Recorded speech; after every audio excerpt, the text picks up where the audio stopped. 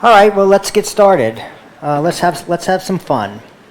I'd like to tell you about what I call transformative science. But the next two words are the most important, and that's your career. Because this lecture is actually, it's all about you. It's not about me at all. It's going to be about you. And the lessons that I've learned, what I hope is that they may help you along the way. So my career path was actually pretty straightforward. I knew very early on what I wanted to be. And my parents tell me that I was born with a medical pipette in my mouth. But the journey that I took started out at actually the University of Missouri-Columbia right after I graduated from my first postdoctoral fellowship. And let's see. Yep. So 1978, I took my first faculty position at a university in Missouri, which is right in the center of the United States. And I had two choices. I could either have gone to Boston, where I got an offer from Harvard, or I could have gone to Missouri. And my parents could never believe that I didn't take that position at Harvard, because Harvard in the United States is a very prestigious university, but the University of Missouri is not. Why did I choose Missouri? I chose Missouri because I felt that there I could attract the very best students and postdocs with the work that I was going to be doing. Whereas at Harvard, I would be competing with really internationally famous scientists, and I would not be able to attract the best people. The best people at any university are great people. It doesn't matter what university you're at. So my advice to my postdocs has always been go to the smallest university that provides you with what you're going to need to do the job that you want to do for the next 5 years. So University of Missouri, I ascended through the ranks, I got tenure, and then 6 months after I got tenure, I left and went back to the University of Cincinnati. Why did I leave a tenured position for a non-tenured position? Because I had come to the decision that the University of Missouri could not provide the things I was going to need in my next stage of my career. And it's actually worthwhile taking a step backwards if you think that the payoff later on is going to be different. Did it take some courage? It could have. I was probably too stupid to think about that. But the point is that I knew what I needed, and the University of Missouri wasn't going to be able to provide it, so I found a place that I thought could. So I was at the University of Cincinnati, became a professor with tenure through the ranks, and then I was going to actually leave to go head discovery at a biopharmaceutical company in the United States called Wyeth Airst. And we had put our house on the market, and we were going to go. And instead, I went over to Cincinnati Children's Hospital. Why did I do that? Why did I pass up all that money? And it's interesting, Madam Secretary, I think, gave you the answer in advance. I was about 40 years old. I had 2 children. Cincinnati Children's Hospital is one of the jewels of pediatric hospitals in the world. It is truly an exceptional place. And what Children's Hospital offered me as an inducement to stay and go over was to say, create a new division. We don't know what you want to do, but here's some money and go do what you want to do. And I found that a very attractive proposition, to create something out of nothing. And so I created molecular cardiovascular biology, accumulated other assorted titles. I created a division of sports medicine over there. And then in 2008, I was actually going to go and be president of a university. And Children's Hospital asked again, well, what would interest you? And by then I had had a pretty good idea of what I wanted to do and had done in basic science. And I had come to the conclusion that it was very difficult to translate basic science into clinical practice for a variety of reasons. But one way to circumvent that, one way to overcome that, was to create a very integrated institute with a single budget and a single strategic mission. And so I created the Heart Institute in 2008, which has now grown to about 800 people and has a budget in US dollars of about 280 millions.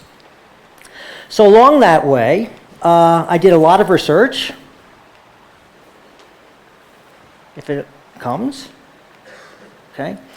Isolated the myosin genes in Missouri from the chicken. We're having trouble here with the, you'll have to advance it. Transitioned to the heart when I was at the University of Cincinnati and changed places or changed organisms going from the chicken to the mouse because I found that I couldn't do genetics in the chicken. And if you want to do experiments that establish causality, you have to be able to do genetics. All right, let's see if it... all right. Well, you know, I've got the mic, so I can just do this. And then while I was over here, began to explore structure-function relationships. This is what Shakti helped me with and established his career with the proteins. And then in my last group of experiments, I became very interested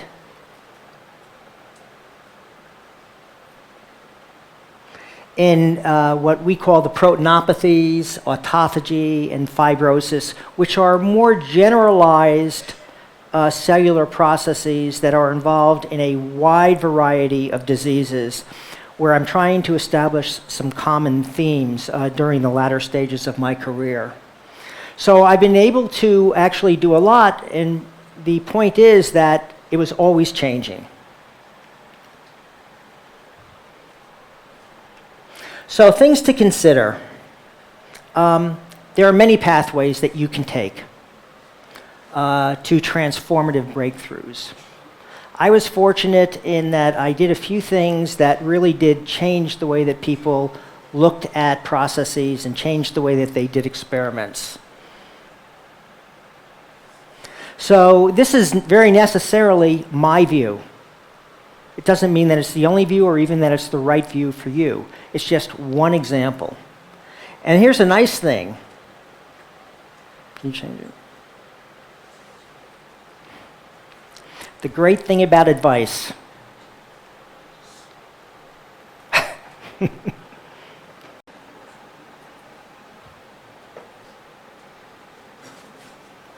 We're working on technical difficulties.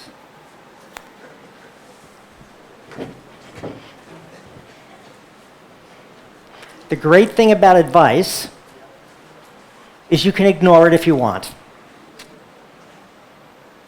So this is about an old person giving advice, and this actually is taken. This is a picture taken from someplace in the States where a bunch of old people got together at a farmer's market and formed this team that they call the Old Coots Giving Advice.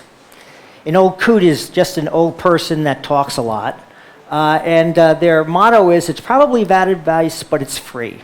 So this advice for you today is in fact free.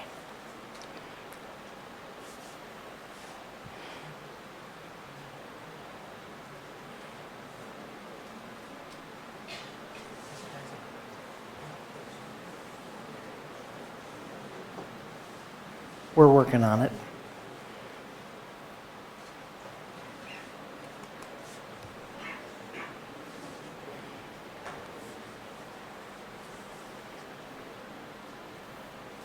Are you frozen?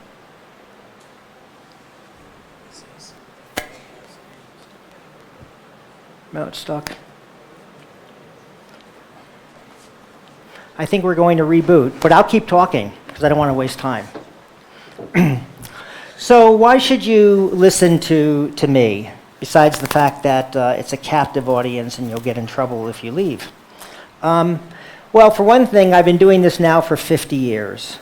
As I said, I've been funded for 50 years, and I've trained a lot of students and a lot of postdocs. But particularly in my capacity as chairman and as associate chair for the Research Foundation, I've been able to see what makes young people successful. And just as importantly, why do they sometimes fail? And it's important to understand both aspects of this.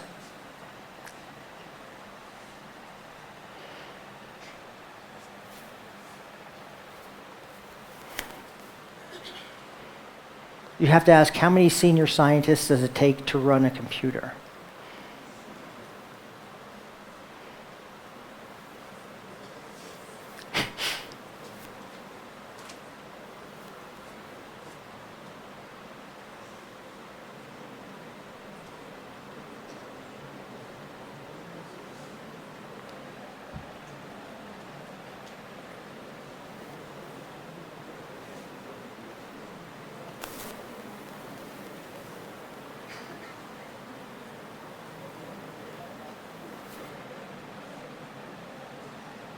All right, there you go.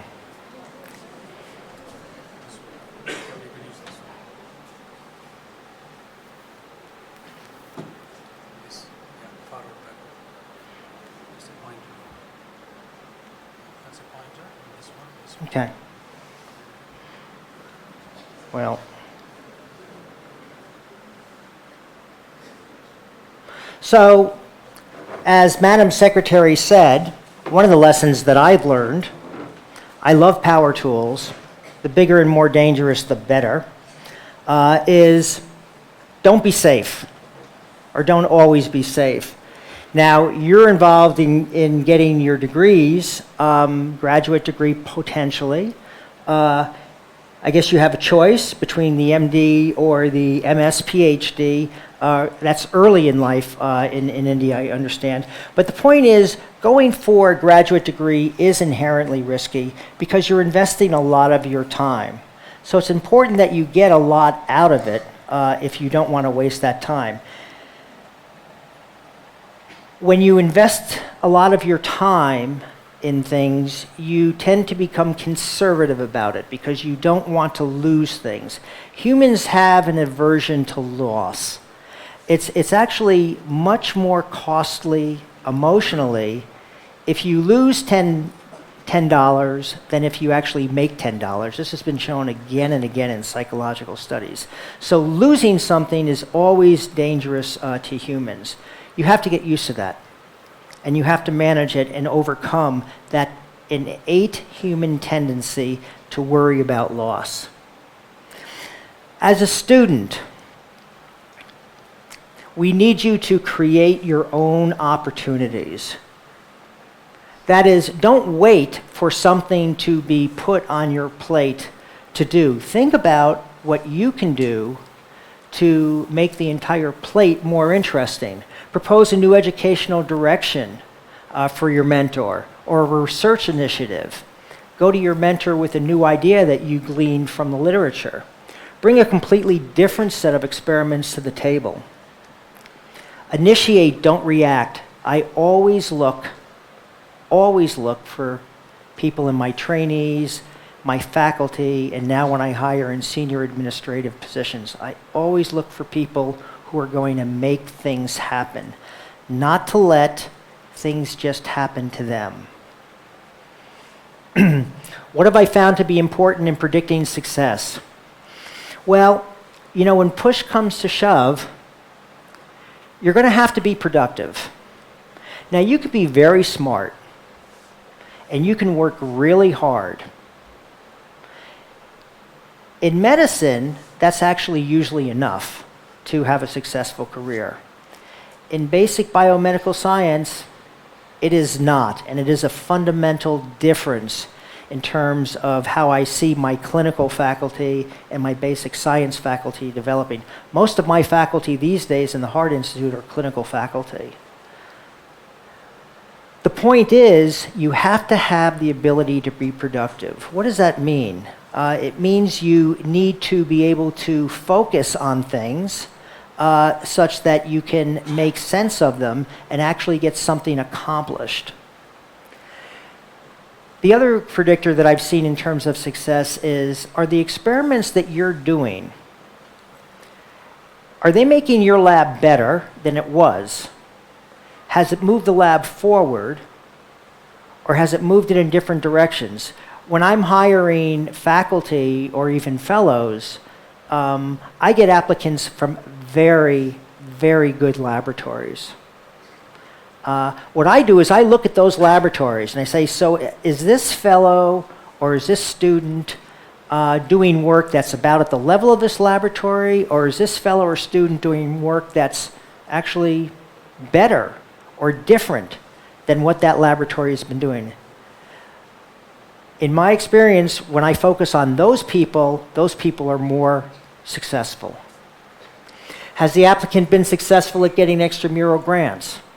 That's always important, extramural grants and awards. And finally, the ability to do transformative research. That means to do research that really is going to change the field, change how people think, because this is how research moves forward. So what are some of the characteristics of transformative research? Well, it often depends upon a methodology that opens up new doors as we approach problems. For instance, the electron microscope. The electron microscope came about by virtue of scientific developments that were involved with war technology in World War II. But what it allowed us to do was to look at cellular ultrastructure and gain insight into the ultrastructural anatomy of a cell and tissues in a manner that we never had any concepts of before. And we could then test certain hypotheses. It challenges conventional wisdom. We do things this way. Why? Well, because we do things this way. That's conventional wisdom. Challenge that, as Madam Secretary said. Ask questions. Redefines the boundaries of what can be accomplished, and this is important. It often comes from integrating different fields together. And I'll give you some examples of these. Unfortunately, it has a high degree of uncertainty. And that means you're going to be taking risks. And it's up to you to learn how to manage those risks in collaboration with your mentors. So my scientific career started off slowly, and the results were not good. That's a burned out bathroom. And what I was doing was I had read somewhere, and I was about 9 years old, I'd read somewhere that when you burn something, it actually got heavier because it combines with the air. That made no sense to me at all, and I decided I was going to test it. And I came up with this arcane experiment in the bathroom where I put a sheet on the ceiling, got huge rolls of paper towels and stuff, took my father's hair tonic, poured it on the towels, set it on fire after weighing everything, and then I was going to weigh whatever the sheet collected in the room after I swept everything up. Of course, I burned down the bathroom, and my parents never left me alone after that for a number of years. So it was not, I would say, one of my more successful experiments. And of course, the tools that I had weren't really geared towards that sort of thing, but I was doing things like this really even as a child. Some more practical advice for the students. Stay interested and engaged. I did that because I was interested and that I wanted to try it. Like that bathroom, and this is a sad thing to say, but it's still true for me today after 50 years or so, experiments don't usually work. What does that mean? That's an important thing to understand. I've had at least 3 postdocs who truly were very, very bright people, and they had all the tools that they needed to be a success. except one. They got discouraged. And after an experiment didn't work, it might be days or even weeks before they would try it again. When I was training, when an experiment didn't work, I stayed that night and started the experiment again. Okay? So you've got to keep on trying.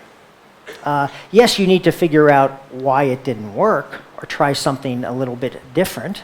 But you can't get discouraged and just sort of give up for a couple of days and go home and sulk, because that's not going to work for you very well. This is also important. Be prepared. Make your own luck. You know, people have often said to me, some of my, even my more senior colleagues says, you know, Jeff, you've just been so lucky your whole career. And I sort of nod and say, yeah, thanks very much. I have been lucky. But what I'm really thinking is, yes, I've been lucky, but I've made my own luck. And what do I mean by that? And what I mean is, luck comes to the person whose mind is prepared for it. When you get a result that doesn't make sense to you, what most scientists do, unfortunately, is they ignore it. They say, well, the experiment didn't work, and let's go on and do something else. Okay, sometimes that's the right thing to do. Sometimes it isn't, and something comes to mind, and it's a lesson that I learned as a fellow, and I've never forgotten it. And it involved a group of experiments that I was doing with nucleic acids, and I was taking DNA and RNA and hybridizing them together, and then looking at it in the electron microscope. And of course, what you would expect is you would expect these two things, if they were hybrids, to go like this and look like a single strand. And I was getting all these stupid loops. And I said, okay, this isn't working, I'm doing something wrong, and I went on to something else. What I had missed was I had passed up making the discovery that there were things called exons and introns. I wasn't lucky, but I wasn't prepared to make my own luck. So those are the kinds of things you need to think about. Do your homework. Read the literature and read it widely, not just in your own narrow focus. Again, something that Madam Secretary just said about 15, 20 minutes ago. Be prepared to reinvent yourself. Something else Madam Secretary said. See, there's something about old people that, just, we all say the same thing sometimes. But it's actually true. I've reinvented myself at least 7, 8 times during my scientific career. If you keep on doing the same experiment that you did that gave you your first success, you're going to be obsolete within 5 years.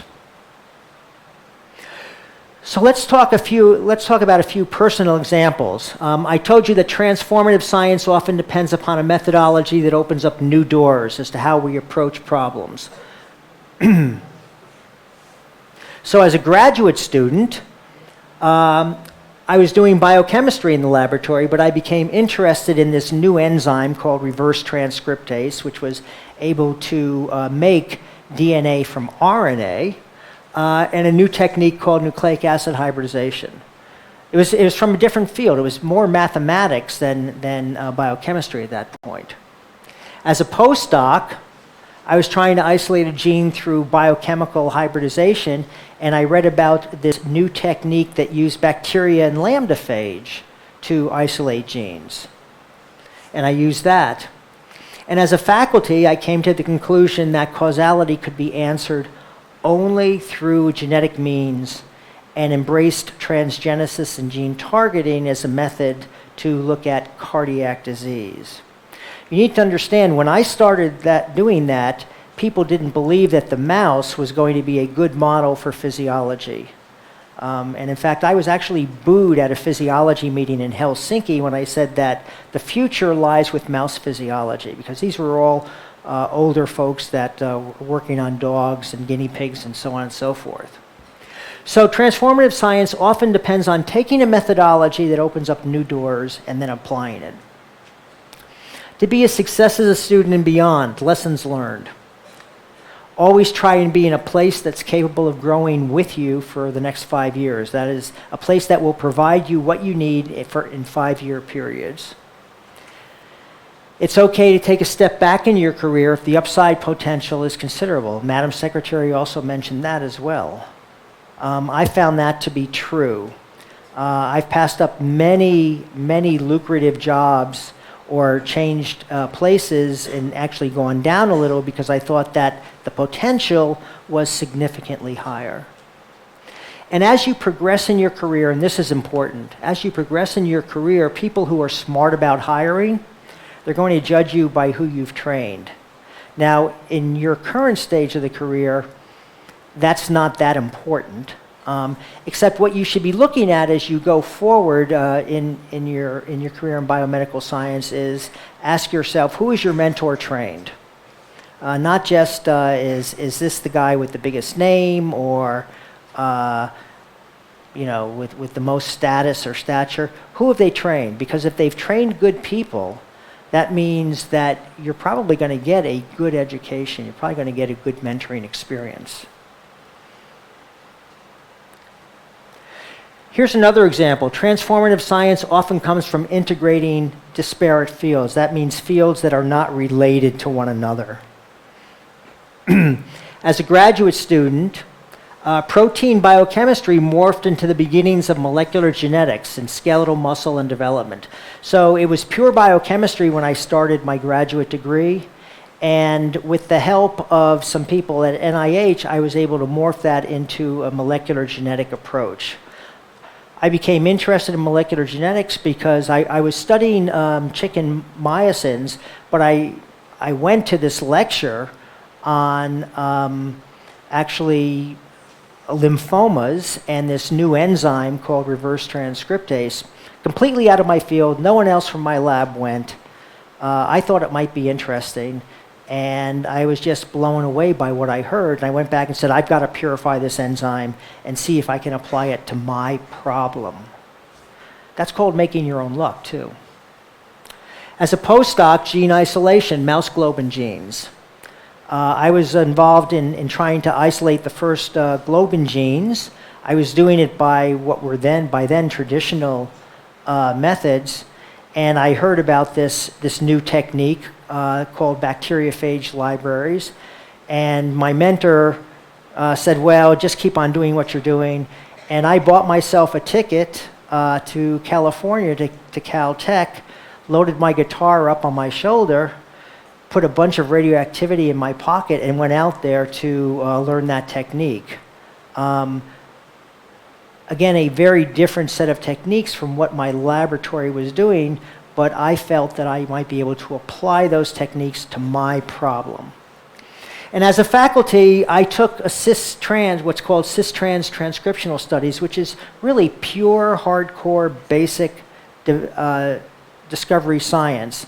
And I said, how can I apply that to physiology? And the answer was, well, if I could figure out a way to drive any gene that I wanted in a particular cell type in the heart, I could ask cause and effect questions. I could say, okay, people are saying that this protein mutation does this in the heart. Well, how do you find that out? Well, you find it out by expressing the protein. Well, how do you express the protein? Well, you express the protein by taking all this basic discovery stuff I was doing with these gene promoters and trying to make a mouse. Trying to make a tool that I could use those gene promoters to drive any protein expression that I wanted in the heart. And when we were successful at that, thousands and thousands of other labs were able to do the same thing and drive proteins that they were interested in. And so I was able, through my studies, to help thousands and thousands of other labs do their studies as well. That's transformative science. What are the barriers to your success? It's important to understand barriers. Well, there are external barriers and there are internal barriers. I'm not going to dwell very much on the external barriers. The external barriers are pretty straightforward. Lack of funding, a poor mentor. In your life, bad things happen. Hopefully not too many bad things have happened in your lives yet. Certainly in my life, some very bad things have happened. Life has a habit of interfering with your plans. It gets in the way. That's going to happen. You have to decide how you're going to deal with that. Insufficient infrastructure, that is a problem everywhere you go, not just India, but everywhere you go. And hostility from the establishment. As I said, when I did a number of these studies, I met with a lot of hostility, sometimes from my mentor, sometimes from the scientific establishment. I should tell you that one of the most important set of experiments that I did, that turned out to be the most important experiments that I did, when I wrote a grant to the National Institutes of Health, it actually got the lowest score that I ever got on a grant, because it went completely against the scientific establishment, and the scientific establishment were the ones that were reviewing the grant at the NIH.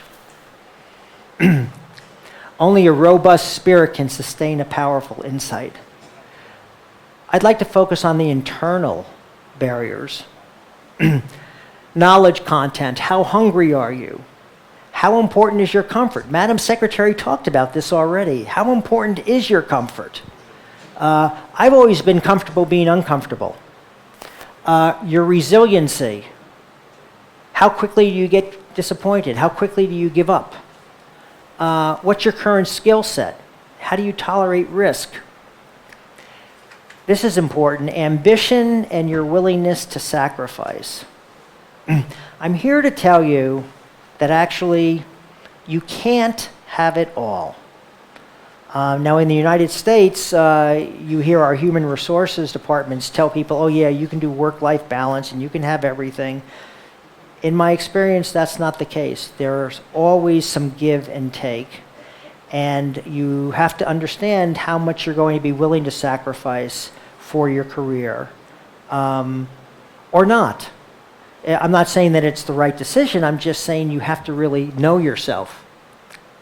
So internal. How hungry are you? How much do you want it? I mean, is science going to be a job to you? I mean, Madam Secretary mentioned this. If it is, okay, but then you have to be satisfied with that level of success.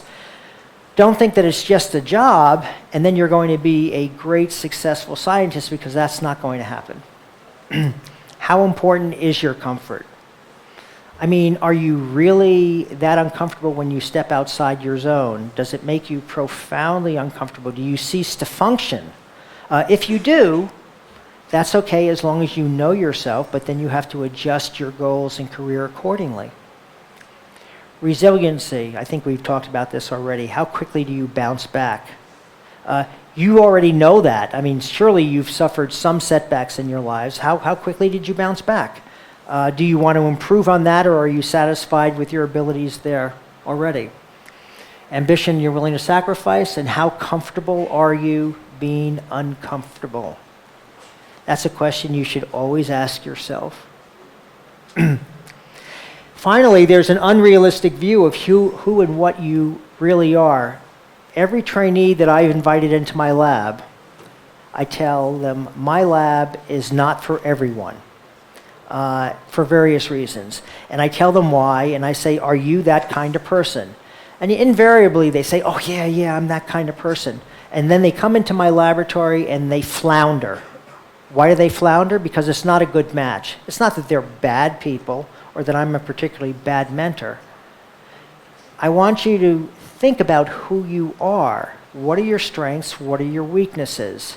And then you need to find yourself a mentor that will help you overcome your weaknesses and play to your strengths. If you find a mentor that plays to your weaknesses and undercuts your strengths, it's a recipe for unhappiness and a lack of success. Actions for overcoming barriers. Go to seminars, like this one even, not the ones you usually go to. Try something different. I mean, you're at a good place that has seminars on many different subjects. Yes, you're interested in biomedical sciences. Go to something else. Go to a philosophy seminar. Go to a history seminar. Go to a chemistry seminar or a physics seminar. Get comfortable with being uncomfortable. Make sure you are self-aware. And don't avoid risks, find ways to manage it. I'll give you some parting thoughts from an old coot. Be prepared for some hostility. Change is inherently threatening for most people. Transformation is a messy business. I mean, I've spent the last 10 years of my life building a heart institute. You can imagine what a group of medical doctors and surgeons felt when they all of a sudden woke up one morning and found that they were being directed by a PhD. A lot of hostility. It was a transformative change for them. It turned out that we were able to make it successful, but it was hard. And people were not entranced with the idea. So be prepared for that. Figure out how you're going to manage those issues. Sometimes I go around them. Sometimes I go over them. Sometimes, rarely, but sometimes, you have to break things before you can build them back up. That was the case with the Heart Institute. I had to break things before I could build it up. So transformational science is driven by curiosity, your own drive, the ability to make your own luck. You have to be open to developing ideas and technology. If there was one thing that I would say was a shortcoming with my current crop of trainees, it's that. Because our lab has been so successful at what we do, they are reluctant to try some new technologies and things that I think are going to be the wave of the future. It involves aggressive gathering from related and unrelated fields and a willingness to take risks and to question your own conservatism. And then finally, there are a few things that have guided my life, and you may take them or leave them as you wish. One is, if something needs to be done, why not just do it? Don't wait for someone else to do it. Just do it yourself. Learn how to manage difficult conversations. People avoid conflict. If you have an issue with a mentor or with a lab mate or something like that, don't find ways to get around the problem. Try to address it head on. You might be gratified at the results in terms of actually addressing and working together to solve the problem. Ask important questions. Don't do an experiment because you can do it. Do an experiment because you have to do it. I mean, you have to know the answer. And then finally, I should tell you, I've never lost anything by giving it away, ever. So be generous. It never hurts. Trust me on this. And so my career is just about over. I shut down my lab last week, and I'll retire from my current administrative positions in about 3 months. But you know, I look at the future, and I'll be turning into this sooner or later. But you know, I look out there, I don't see that. I see you, and I think you guys are the future. And I actually look forward to it. You're going to do great things. So thank you very much.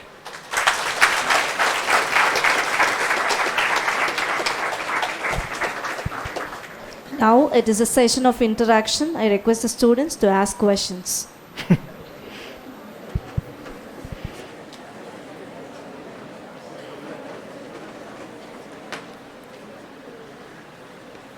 Be comfortable being uncomfortable.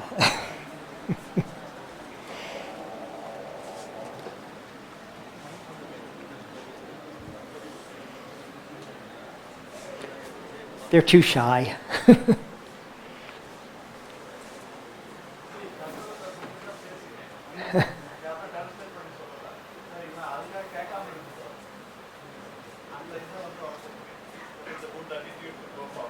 You have to ask questions.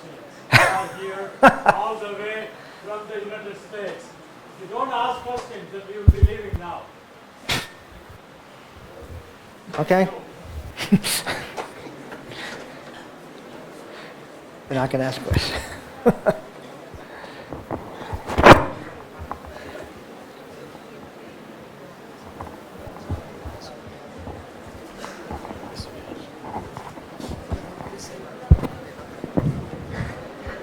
கரெக்டாக இருக்கான்.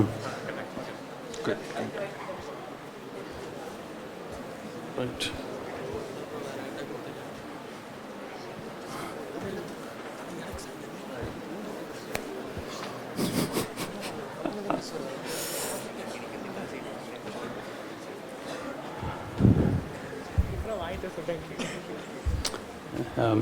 You can go then. All right, so are you ready? I didn't hear anything. I'm like, you didn't get your lunch? Yes? No? Okay, I'm sorry that, this is happening before your Pongal holidays. But one good news is after this you can go home, right? You don't have any more classes. Okay, I will tell your principal. So let's thank him. Let's thank him for the opportunity, that he has given to me and Dr. Robbins. So I will go and talk to him that you all should go home today. Right? All right. Okay, good.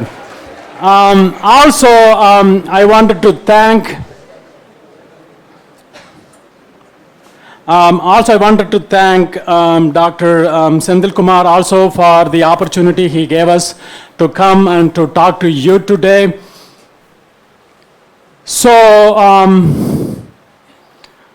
பின்னாடி இருக்கிற எல்லாருக்கும் உங்களுக்கு கேக்குதா நான் பேசுறது? நல்லா கேக்குதா? I have to apologize because I have to go to switch in Tamil in order to convince these people. Look at that. Thank you. இந்த மண்ணிலே பிறந்து இந்த சிறுவாணி தண்ணியை குடித்து இங்கே வளர்ந்தவன் நான். சரிங்களா?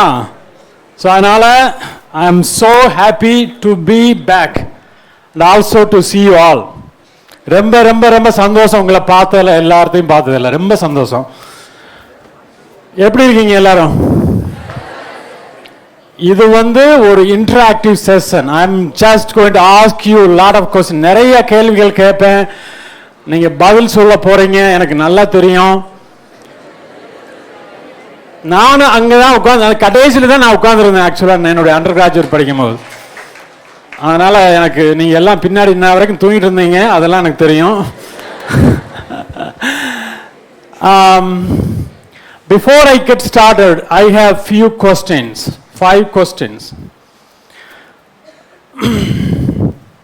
என்னுடைய முதல் கேள்வி என்னன்னா, எத்தனை பேர் இந்த ரூம்ல எத்தனை பேர் இந்த அறையில சார் படிச்சா இந்த கோர்ஸ் தான் நான் படிக்கணும்னு முடிவு பண்ணி, இந்த காலேஜுக்கு தான் வரணும்னு நான் முடிவு பண்ணி, இந்த கேள்வியே கேட்டு முடிக்கலையே அப்படின்னு எத்தனை பேர் வந்தீங்க? கையை மட்டும் தூக்குனீங்கன்னா போதும். ஓ மை காட், பிரின்சிபல் நல்ல வேலை இங்க இல்ல அவரு. ஓகே, விட்டுருவோம். நான் அப்படிதான், அதனால ஒன்றும் பிரச்சனை. ஓ, அங்க ஒரு ஆள் கை தூக்கி இருக்கு. எந்திரிங்க கொஞ்சம், நல்லா பாத்துக்கங்கப்பா. நம்ம கிளாஸ்ல நீங்க ஃபர்ஸ்டா இருக்கணும்னு நினைக்கிறேன் நான். சரி, ரெண்டாவது கேள்வி, எத்தனை பேர் வீட்டில் சார் எங்கள் அப்பா அம்மா விட மாட்டேன்னு தொந்தரவு பண்ணி என்னை கொண்டு காலேஜில் ஃபார்ம் வாங்கி ஃபில்அப் பண்ணி கொண்டு அணுகிட்டு போயிட்டாங்க சார்? ஓகே, நிறைய பேர் இல்லையே, சரி பரவாயில்ல. ஸோ மூணாவது கேள்வி, எத்தனை பேர் வேற வழி இல்லாமல் என்ன பண்ணுறேன்னு தெரியாமல் ஃப்ரெண்ட்ஸை ஃபாலோ பண்ணி எனக்கு இதை விட்டா வேற ஒன்றும் பொழுதுபோகிறதுக்கு வழி இல்லை சார், வீட்டில் இருக்க முடியாது சார், பெரிய தொந்தரவு சார். நான் அதே மாதிரி தான் இருந்தேன். நான் கண்டிப்பா, நீங்க மட்டும் கிடையாது. இது இப்படித்தான் இருக்கணும். அப்பதான் நீங்க உங்களை நீங்க யாரு அப்படின்னு கண்டுபிடிக்க முடியும். இல்லைன்னா நீங்க யாருன்னு தெரியாது, உங்களுக்கே தெரியாது. +2 முடிச்சோன்னா நேர மெடிக்கல் ஸ்கூலில் ஜாயின் பண்ணுறது அல்லது அக்ரிகல்ச்சர் ஜாயின் பண்ணுறது, அதுக்கப்புறம் அவ்வளோதான், வாழ்க்கை முடிஞ்சு. ஸோ அதனால் நீங்கள் வருத்தப்படவே கூடாது. ஸோ என்னுடைய கதையை வந்து நான் இன்னைக்கு சொல்ல போகிறேன் உங்களுக்கு. அவ்வளோதான், ரொம்ப சிம்பிள். என்னுடைய அப்பா அம்மா பிறந்து வளர்ந்ததெல்லாம் ஈரோடு பக்கம், மூலனூர்னு ஒரு தூரம். மூலனூர் எத்தனை பேர் வந்திருக்கீங்க? மூலனூர், பள்ளப்பட்டி, அந்த மாதிரி திண்டுக்கல் பக்கம். ஓகே, வா. அதுக்கப்புறம் அவங்கெல்லாம் வந்து 1960 வந்து they all migrated to பட்டி. இது வந்து திண்டுக்கல் டிஸ்ட்ரிக்ட்ல இருக்கு. பஞ்சம் பிழைக்கிறதுக்காக அந்த காலத்தில் வந்து மூவ் பண்ணி போயிட்டாங்க, அங்கே போயிருந்துக்காங்க. அங்கே போயிட்டு அங்கே தான் நான் பிறந்தேன். நான் பட்டியில்.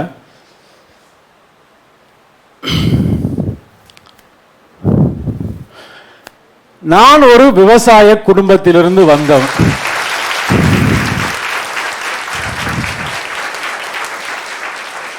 என்னுடைய கேள்வி என்னன்னா, இந்த கைதட்டி எதுக்கு?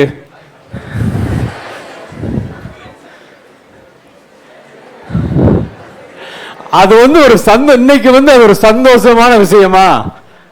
இல்லவே இல்லை. அன்னைக்கும் அது கிடையாது.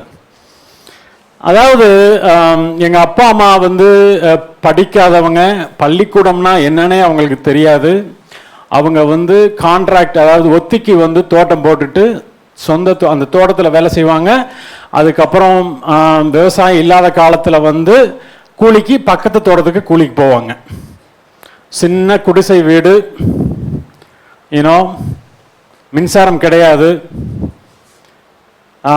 உழவு தொழில், விவசாயம். ஒரு வருஷம் மழை இருக்கும், இன்னொரு வருஷம் மழை இருக்காது. மழை இருக்காத வருஷமும் வருமானம் இருக்காது. மழை இருக்கிற வருஷமும் நிறைய கொண்டு போய் கொட்டுவோம், நம்ம விலை இருக்காது. ஸோ 2 பக்கமும் விவசாயிகள் வந்து எப்பயுமே ஒரு கஷ்டமான ஒரு வாழ்க்கை தான் அது. ஸோ உங்களுக்கு எல்லாம் இது தெரியும், இது நான் வந்து சொல்ல வேண்டியதே கிடையாது.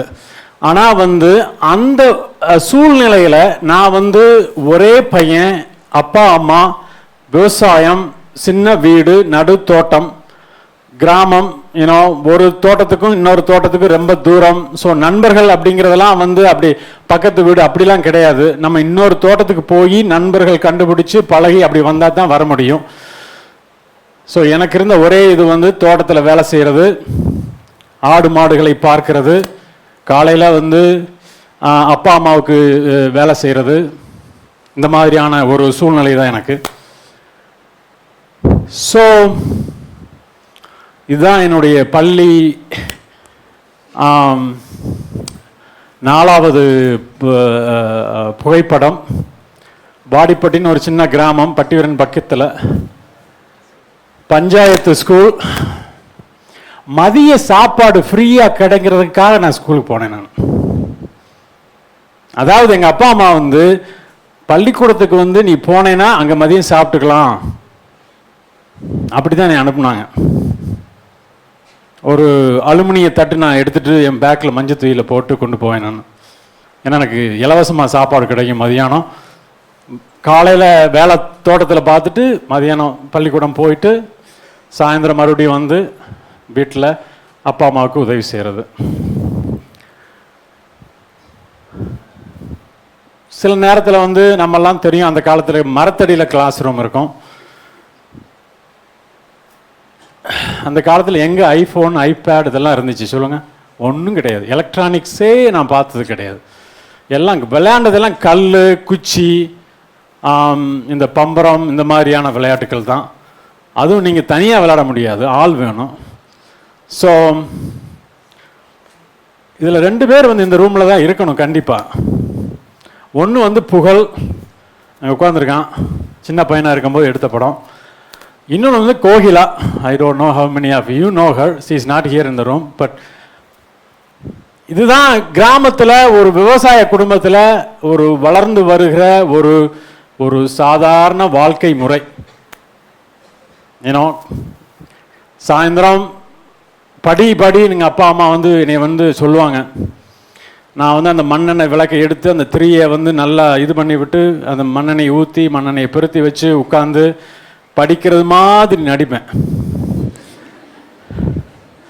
ஆனால் படிக்க மாட்டேன். நமக்கு தான் ஏறாதேங்க, நமக்கு எல்லாம் கற்பனைகள் அப்படியே யூனோ. ஸோ இப்படி வாழ்க்கை போச்சு எனக்கு. அதாவது வந்து எந்த ஒரு குறிக்கோளும் கிடையாது. நம்ம வந்து எதுக்கு இங்கே இருக்கோம், என்ன பண்ணிட்டு இருக்கோம், எங்கே போக போகிறோம், எந்த குறிக்கோளுமே எனக்கு கிடையாது. என்ன ஸோ ஒரு வழியாக நான் வந்து 10 முடித்தேன், 12 முடிச்சிட்டேன். தமிழ் வழி கல்வி தான் அன்னைக்கு. அப்படியே பயம் எனக்கெல்லாம். நான் வந்து அமெரிக்கன் காலேஜ் மதுரைக்கு போய் வந்து முதல் நாள் அப்படி எல்லாரும் எந்திரிக்கிறாங்க, நானும் எந்திரிக்கிறேன், எல்லாரும் உட்காராங்க, நானும் உட்கார்றேன். ஒன்றுமே எனக்கு வந்து பெரிய பயம். அதனால் நான் வந்து அவ்வளோ நல்லா படிக்கலை 10th 12thலாம். என்ன நினைக்கிறீங்க என்னுடைய மார்க் 10th மார்க்லாம்? என்னது 420? நான் ஒன்றும் 420 இல்லைப்பா, 490ங்கிறீங்களா? அந்தளவுக்குலாம் நான் போகல. நான் எடுத்தது வந்து 314, 809. பரவாயில்லன்னு சொல்லிக்கலாம், ரொம்பவும் மோசம் கிடையாது. அப்படியே ஏன்னோ கிளாஸில் வந்து 8 9 ரேங்க்கில் அப்படியே ஓடிடுறது. இப்போ தான் வந்து கேள்விகள் வருது இல்லையா? நம்ம வந்து எல்லாரும் +2 முடிக்கிறாங்க. இப்போ தான் உங்களுடைய ஸ்டேஜ் இல்லையா? எல்லாம் +2 முடிச்சாச்சு. அடுத்து என்ன பண்ணுறது, யூனோ, எங்கே போகிறது, யாரை பார்க்குறது, என்ன அப்ளை பண்ணுறது, என்ன கோர்ஸ் படிக்கிறது. ஸோ நான் என்ன பண்ணேன்னா வந்து என்னுடைய நண்பர்கள் சிலர் கூடி பேசி ஒரு வழியாக வீட்டை விட்டு வெளியே போகிறதுக்கான வழியை கண்டுபிடிச்சோம். நாங்கள் காலேஜுக்கு போயிட்டோம்னா வீட்டு தொல்லைகள் இருக்காது நமக்கு, ஒன்று. ரெண்டாவது வந்து இந்த கஷ்டத்துலேருந்து கொஞ்சம் விடுதலை நமக்கு. டெய்லி பார்க்க முடியல, இந்த விவசாயத்தில் இப்படிலாம் அப்பா அம்மா கஷ்டப்படுறது பார்க்க முடியல. ஸோ வெளியேறுவோம், அதுதான் ஒரே வழி. ஸோ நான் வந்து நண்பர்கள் எல்லாம் சேர்ந்து நாங்கள் எல்லாம் முடிவு பண்ணி மதுரைக்கு அப்ளை பண்ணலாம் அப்படின்ட்டு மதுரைக்கு அப்ளை பண்ணோம். மதுரை அமெரிக்கன் கல்லூரி. நான் வந்து அப்போ வந்து எனக்கு ஒரு ஆர்வம் என்னென்னா வந்து படித்தா கெமிஸ்ட்ரி தான் படிக்கணும். எத்தனை பேர் கெமிஸ்ட்ரி இருக்கீங்க இதில்? Biochemistry, very good. ஸோ படித்தா கெமிஸ்ட்ரி தான் படிக்கணும், ஏன்னா +2ல் வந்து கெமிஸ்ட்ரி தான் நான் நல்ல மார்க் இதில். ஸோ இந்த காலேஜில் நான் அப்ளை பண்ணிவிட்டு வேறு எங்கேயுமே நான் அப்ளை பண்ணல, இந்த காலேஜில் மட்டும் நான் அப்ளை பண்ணிவிட்டு வீட்டிலவே உட்காந்துருந்தேன். எல்லாத்துக்கும் அட்மிஷன் வந்துருச்சு, எனக்கு வரல. கடைசியில் வந்து நான் கிளம்பி நேராக காலேஜுக்கு போனேன். போயிட்டு எடுத்து ஆஃபீஸ் போய் கேட்டால் வந்து அவங்க சொன்னாங்க, அப்ளிகேஷன் எடுத்து ஓப்பன் பண்ணி பார்த்துட்டு நீ வந்து +2ல் வந்து மேத் இல்லை உனக்கு, அதனால் நீ வந்து கெமிஸ்ட்ரி படிக்க முடியாது அப்படின்ட்டாங்க. போச்சா, கனவு போச்சு. ஸோ என்ன இருக்குன்னு கேட்டேன். ஜுவாலஜி பாட்னி இருக்குது அப்படின்னாங்க. எத்தனை பேர் இங்கே ஜுவாலஜி இருக்கிறீங்க, பாட்னி இருக்கீங்க? யாருமே இல்லை, பரவாயில்ல. ஸோ எனக்கு வந்து அந்த அக்ரிகல்ச்சர், அந்த பிளான்ட்ஸு அதுலேயே க்ரோ ஆனதுனால நான் சரி பாட்னி எடுக்கும் அப்படின்ட்டு பாட்னி எடுத்தேன் நான். ஸோ மதுரை அமெரிக்கன் கல்லூரி வந்து உங்களுக்கே தெரியும், எத்தனை பேர் அதுக்கு போயிருக்கீங்க பார்த்துருக்கீங்கன்னு எனக்கு தெரியல. Very high standard. பேரே உங்களுக்கு அமெரிக்கன் கல்லூரி அப்படின்னாலே உங்களுக்கு ஒரு பயம்தான் வரும். ஆனால் நான் அதில் ஜாயின் பண்ணிட்டேன் ஒரு வழியாக. Botany, BSc botany. காரணம், போய் ஜாயின் பண்ணி காலேஜுக்கு போன ஃபஸ்ட் நாள் தான் தெரிஞ்சு என் ஃப்ரெண்ட்ஸுக்கெல்லாம் வந்து எதுக்காக வந்து இந்த காலேஜை சூஸ் பண்ணியிருக்கிறாங்க. ஏன்னா வந்து நான் வந்து எனக்கு எதுவும் தெரியும். நான் வந்து எல்லாரும் அமெரிக்கன் காலேஜ், நம்ம ஃப்ரெண்ட்ஸ் எல்லாம் போவோம், சரி நம்மளும் போவோம். போயாச்சு, ஜாயின் பண்ணியாச்சு முதல் நாள். அப்புறம் தான் தெரிஞ்சு ஏன் என் ஃப்ரெண்ட்ஸ் எல்லாம் அமெரிக்கன் காலேஜுக்கு போயிருக்கிறாங்க அப்படின்னு. ஏன்னு பார்த்தீங்கன்னா சுற்றி வெறும் லேடிஸ் காலேஜ்.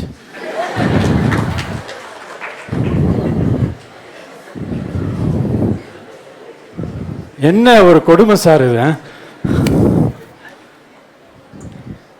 அவங்க சொன்ன காரணங்கள் நான் உங்களுக்கு சொல்ல வேண்டிய அவசியமே இருக்காது. சார் கிளாஸ் முடிஞ்சு 4 மணிக்கு நேர டீ கடையில் வெளியே போய் நின்றோம் சார், அப்படியே பார்த்துக்கிட்டே இருக்கலாம் சார். அப்போ அந்த சிந்தனை பாருங்க, எங்களுக்கு வந்து எந்த மாதிரியான சிந்தனை, அதுக்கு தான் நான் சொல்ல வரேன் நான். அதாவது நோக்கம் ஒரு நோக்கம் கிடையாது, சும்மா நம்மளும் போறோம். எதுக்கு போறான் தெரியாது, ஏன் போறான் தெரியாது, ஆனா போயாச்சு, உள்ள நுழைஞ்சாச்சு. பிஎஸ்சி பாட்டனி ஒரு வழியா 3 வருஷம். நமக்கு இந்த ஒன்றும் படிக்கிறக்கா போலையே. Second class 57%. வெளியே சொல்ல முடியுமா நம்மளாம்? அதுவும் ஃபஸ்ட்டு செமஸ்டர்லேயே வந்து பார்த்தீங்கன்னா அரியர் போட்டு தாக்கிட்டாங்க. பட் விடுவோமா நம்ம? எப்படியாவது எழுதி டிகிரியை வாங்கிட மாட்டோமா? எந்த ஒரு நோக்கமும் கிடையாது. அதாவது வந்து போகிறோம், பெரிய டவுன், அப்படியே வந்து ஃப்ரெண்ட்ஸ், சனி ஞாயிறாச்சா சினிமா, பொழுதுபோக்கு,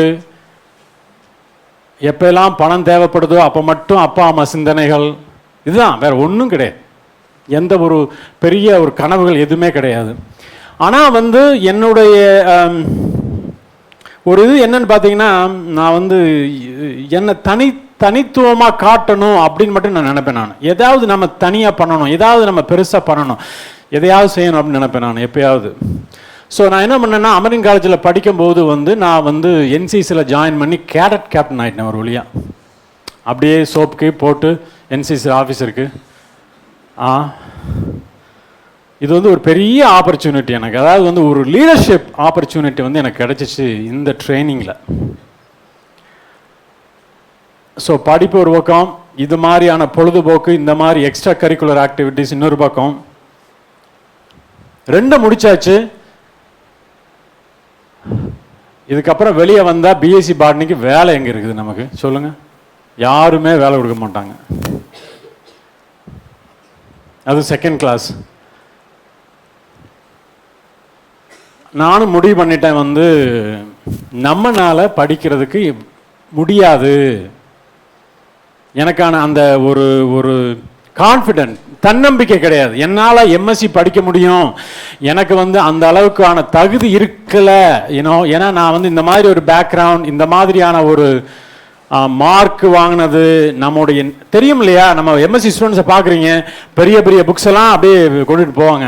நீங்கள் பிஎஸ்சி 3rd இயர் படிக்கும் போது அப்படி பார்த்தீங்கன்னா, ஐயோ சாமி, நினைக்கவே முடியாது உங்களால். அதான் உண்மை. ஸோ ஒரு பயம், அப்படியே ஐயோ நம்ம முடியாதா சாமி. இதெல்லாம் ஒட்டு மொத்தமாக என்னை காலி பண்ணிருச்சு. காலி பண்ணிட்டு நான் வந்து என்ன முடிவு பண்ணேன், வேலைக்கு போகலாம், எங்கேயாவது வேலைக்கு போய் எப்படியாவது செட்டில் ஆயிடலாம். நம்ம தான் சொல்லுவாங்க செட்டில் ஆகிறது, வேமா செட்டில் ஆனால் வேமா கல்யாணம் ஆயிடலாம், அப்படியே செட்டில் ஆயிடலாம், அப்படி எல்லாமே செட்டில் தான்.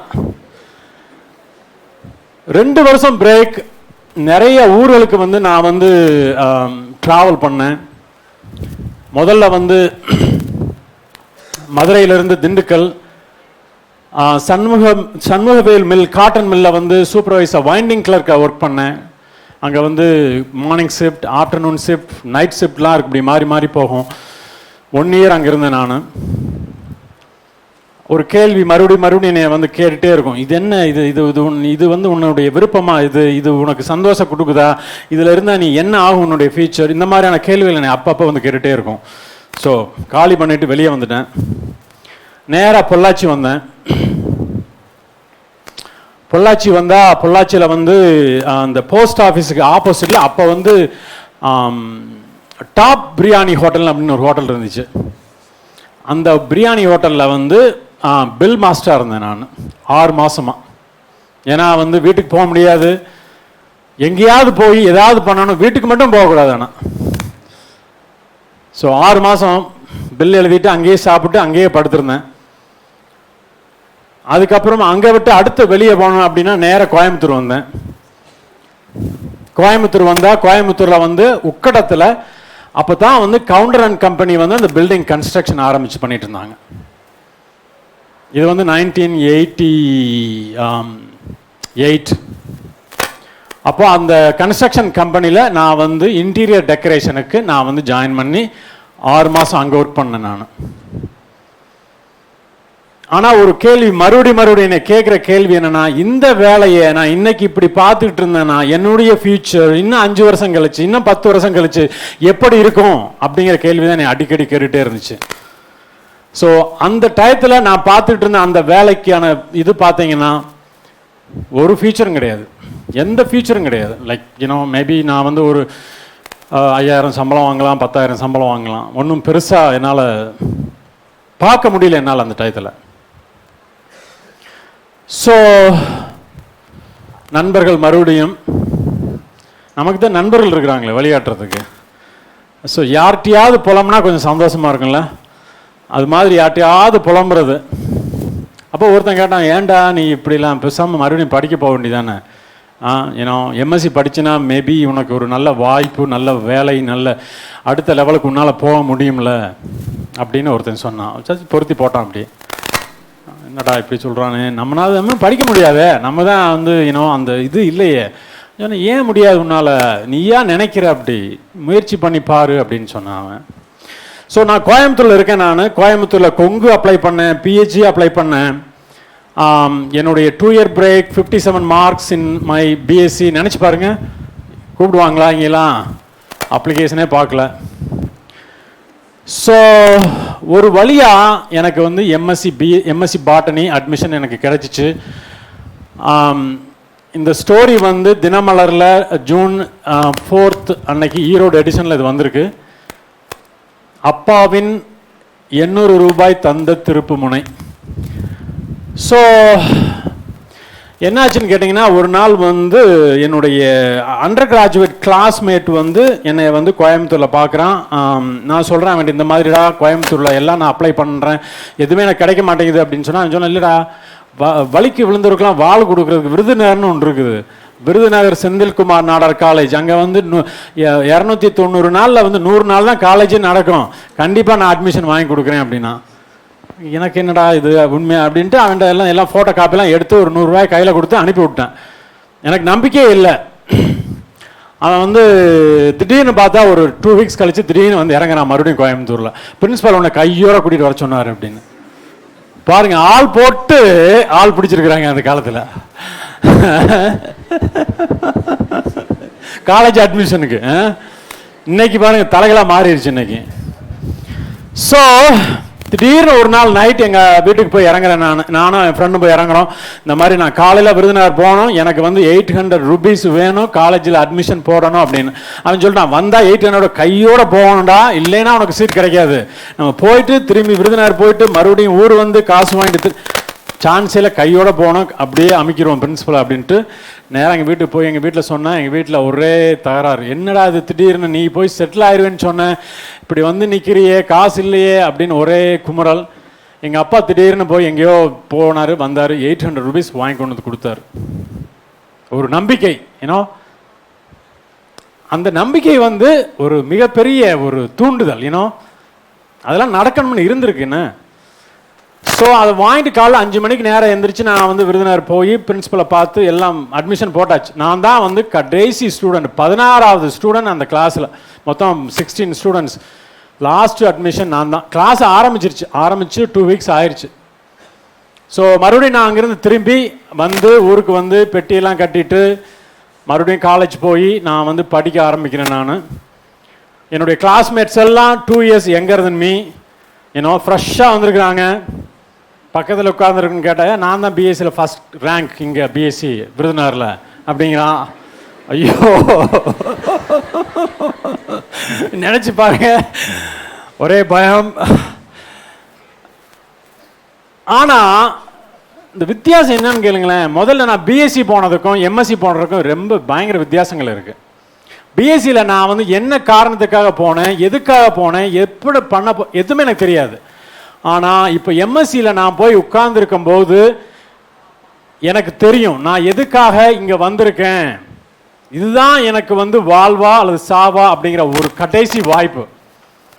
அந்த மாதிரியான ஒரு சூழ்நிலை இருக்கும்போது நீங்கள் எல்லாருமே யோசனை பண்ணி பாருங்களேன். ஒரு சில கண்டிஷனில் அந்த மாதிரி வரும்போது நீங்கள் நல்லா பண்ணுவீங்க. ஏன்னா வந்து உங்களுக்கு வேறு வழியே கிடையாது.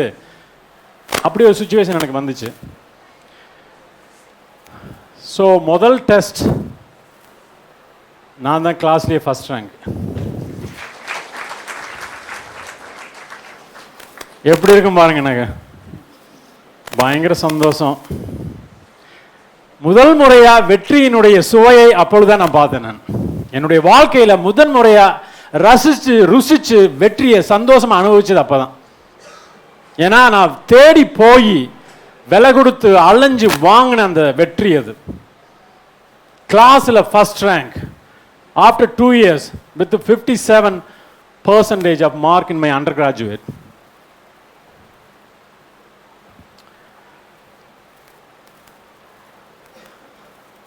அதுக்கப்புறம் வந்து university rank, college first rank, 12 colleges யூனிவர்சிட்டியிலேயே நான் தான் முதல் மாணவர். அதில் டோட்டல் ரேங்க்ஸ் டிஸ்டிங்ஷனோட பாஸ் ஆனேன் நான். எல்லா மெடல்கள் எல்லாம் மொத்தமாக வந்துச்சு. அந்த காலேஜ் வந்து அந்த கோர்ஸ் ஸ்டார்ட் பண்ணி 1985 ஆரம்பித்தாங்க. நான் தான் ஃபஸ்ட் கோல்டு மெடலிஸ்ட் அந்த காலேஜுக்கே வாங்கி கொடுத்துருக்கேன் நான்.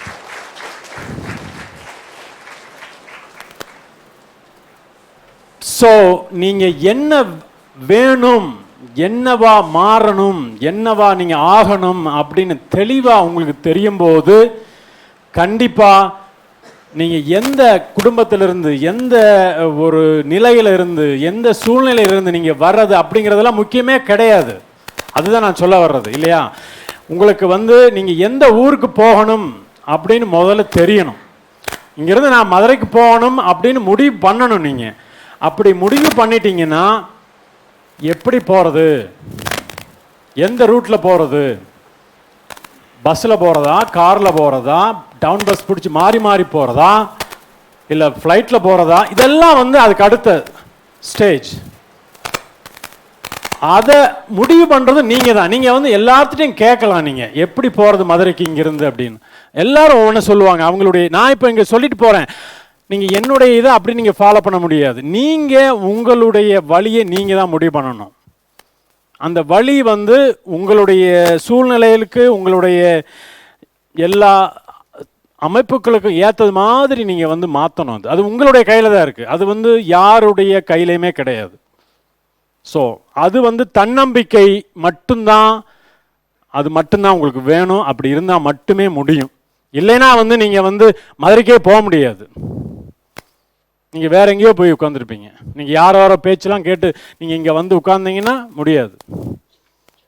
இது வந்து உங்களுக்கு வந்து சிந்திப்பதற்கான ஒரு நேரம். ஸோ மறுபடியும் நான் மதுரைக்கு வந்தேன். பிஹெச்டி என்னுடைய ஆசிரியர்கள்லாம் சொன்னாங்க, சக்தி நீ நல்லா நல்லா படிக்கிற அப்படின்னு சொன்னாங்க. ஸோ எப்படியாவது பிஹெச்டி போய் ஜாயின் பண்ணு, பிஹெச்டி முடிச்சுனா நீ வந்து வெளிநாடெல்லாம் போகலாம் அப்படிலாம் வந்து எனக்கு வந்து ஒரு டைரக்ஷன் கொடுத்தாங்க. சரி, நமக்கு வந்து பிஎஸ்சி முடித்து பாட்னி, எம்எஸ்சி பாட்டனி, நம்ம என்னென்ன இருப்போம், பிஹெச்டி பாட்னி தான் படிக்கும். இந்த ஊரில் அப்படி தானே, நம்ம ஒன்றும் மாற்ற முடியாது. ஸோ மதுரை காமராஜ் யூனிவர்சிட்டியில் நான் வந்து ஒவ்வொரு லேபாக போய் வந்து நான் வந்து ஆப்பர்ச்சுனிட்டிஸ் கேட்டு பார்த்தேன். அப்போ வந்து பயோகெமிஸ்ட்ரி டிபார்ட்மெண்ட்டில் ப்ரொஃபஸர் ராஜமாணிக்கம் வந்து அவர் வந்து ஸ்டேட்ஸில் வந்து போஸ்டாக்லாம் பண்ணிவிட்டு ப்ரொஃபஸராக இருந்தார்.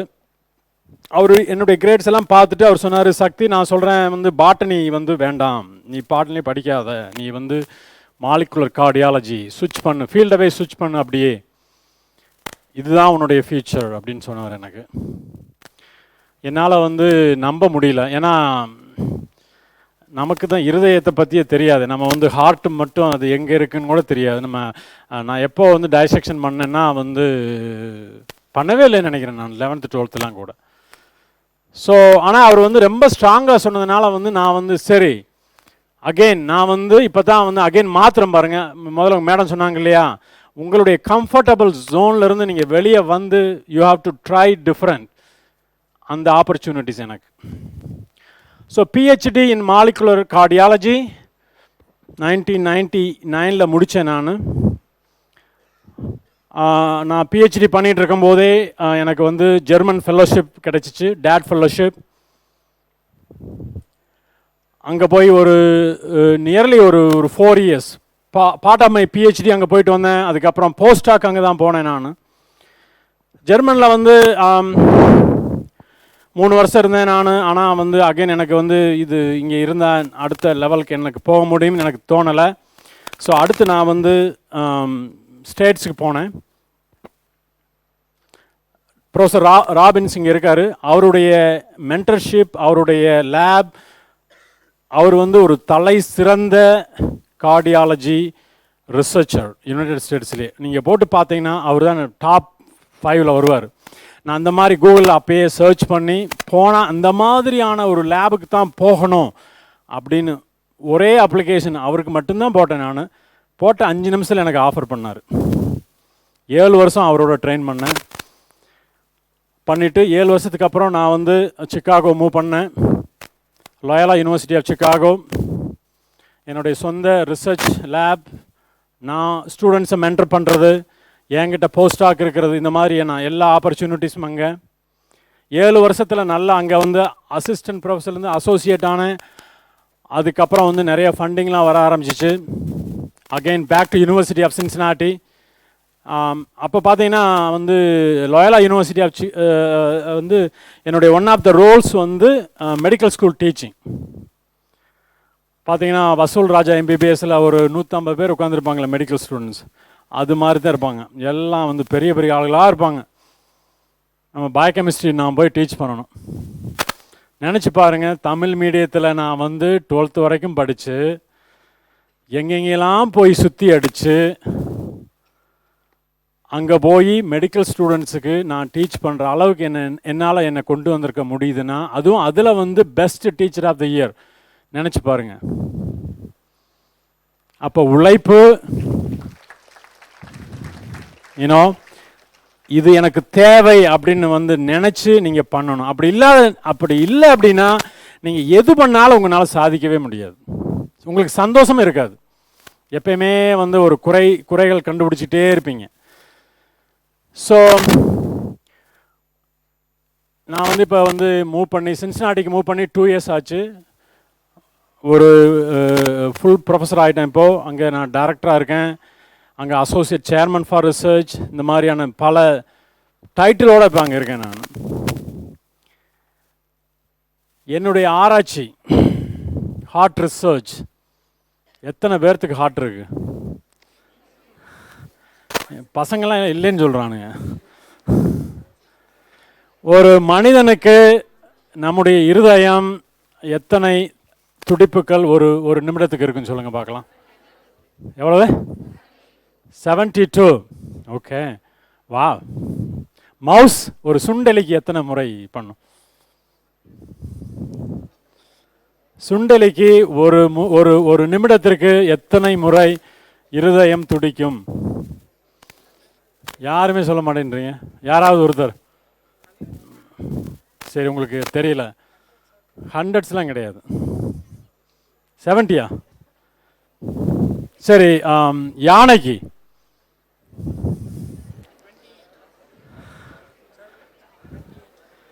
ஆஹா, ஆனால் கொஞ்சம் நெருங்கியிருக்கீங்க.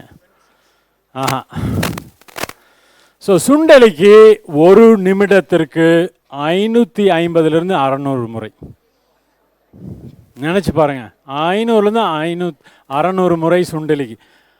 எவ்வளவு ஃபாஸ்ட்டாக நடக்கும்? யானைக்கு 17 முறை. இது வந்து இப்படி போய் உருவம் பெருசு இல்லையா? It takes time. ஸோ இந்த ஹார்ட் ரிசர்ச்சுங்கிறது வந்து மனிதனுடைய இருதயம்தான் நம்முடைய உயிர் முழுமையாக அடைந்தவுடன் இயங்கக்கூடிய முதல் ஆர்கன் மனிதனுடைய இதயம். அதே மாதிரி உயிர் போகும்போது கடைசி ஆர்கன் அதுதான். நன்றி.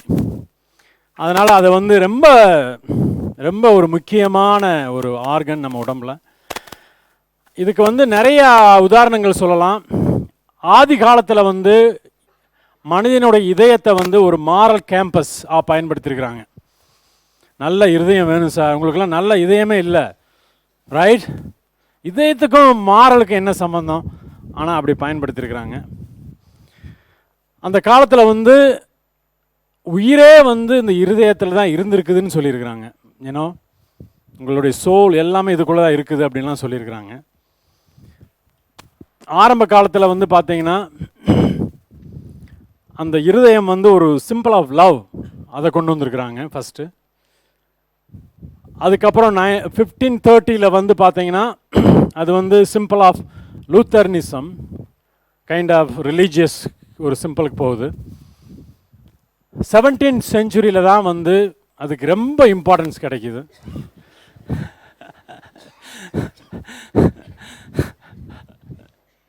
உங்களுக்கு எல்லாம் தெரியும், அப்படியே ப்ளூ கலர் பையன் ட்ரெஸ் போட்டு வந்தாங்கன்னா அதுக்கு ஒரு கலர் இருக்குது, க்ரீன் கலர் பொண்ணு ஒரு ட்ரெஸ் போட்டு வந்தால் அதுக்கு ஒரு மீனிங் இருக்குது. எங்கே தான் கண்டுபிடிக்கிறாங்களோ தெரியல. இதுதான் ரொம்ப மோசமாக. நம்ம வந்து பசங்க தான் ரொம்ப சிரிக்கிறாங்க. இருதயத்தை நம்ம எப்படிலாம் கொண்டு போகிறோம் பாருங்க.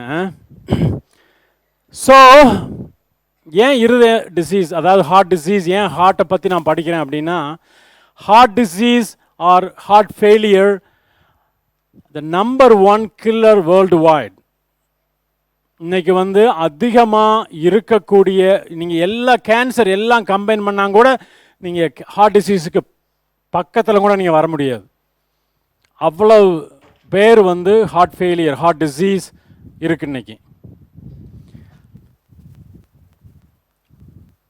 அதில் பர்டிகுலர் ஹார்ட் ஃபெயிலியர் பார்த்தீங்கன்னா 48% எல்லா டிசீஸும் நீங்கள் கம்பேர் பண்ணிங்கன்னா. முக்கியமாக பார்த்தீங்கன்னா உங்களுக்கு ஹார்ட் ஃபெயிலியர்னு வந்துருச்சுன்னா ஒரு வருஷத்துக்குள்ள 24% of the people die. Within 5 years 50% of the people die heart ஃபெயிலியரில். It's a very deadly dangerous one. அதில் முக்கியமாக பார்த்தீங்கன்னா ஹார்ட் அட்டாக். எத்தனை பேர் வந்து கேள்விப்பட்டிருக்கீங்க ஹார்ட் அட்டாக் பற்றி? யாராவது எக்ஸ்பீரியன்ஸ் பார்த்துருக்கீங்களா? யாரையாவது? என்ன பார்த்தீங்க?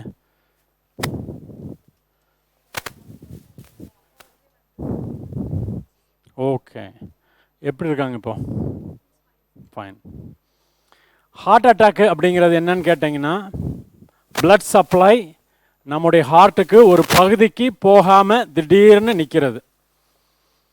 இன்றைக்கி வந்து டெக்னாலஜி வந்து பயங்கரமாக டெவலப் ஆயிடுச்சு. இன்றைக்கி வித்தின் 90 minutesக்குள்ளே நீங்கள் ஹாஸ்பிட்டல் போயிட்டீங்கன்னா அந்த பிளாக்கேஜை ரிமூவ் பண்ணிடலாம், எந்த பிரச்சனையும் கிடையாது.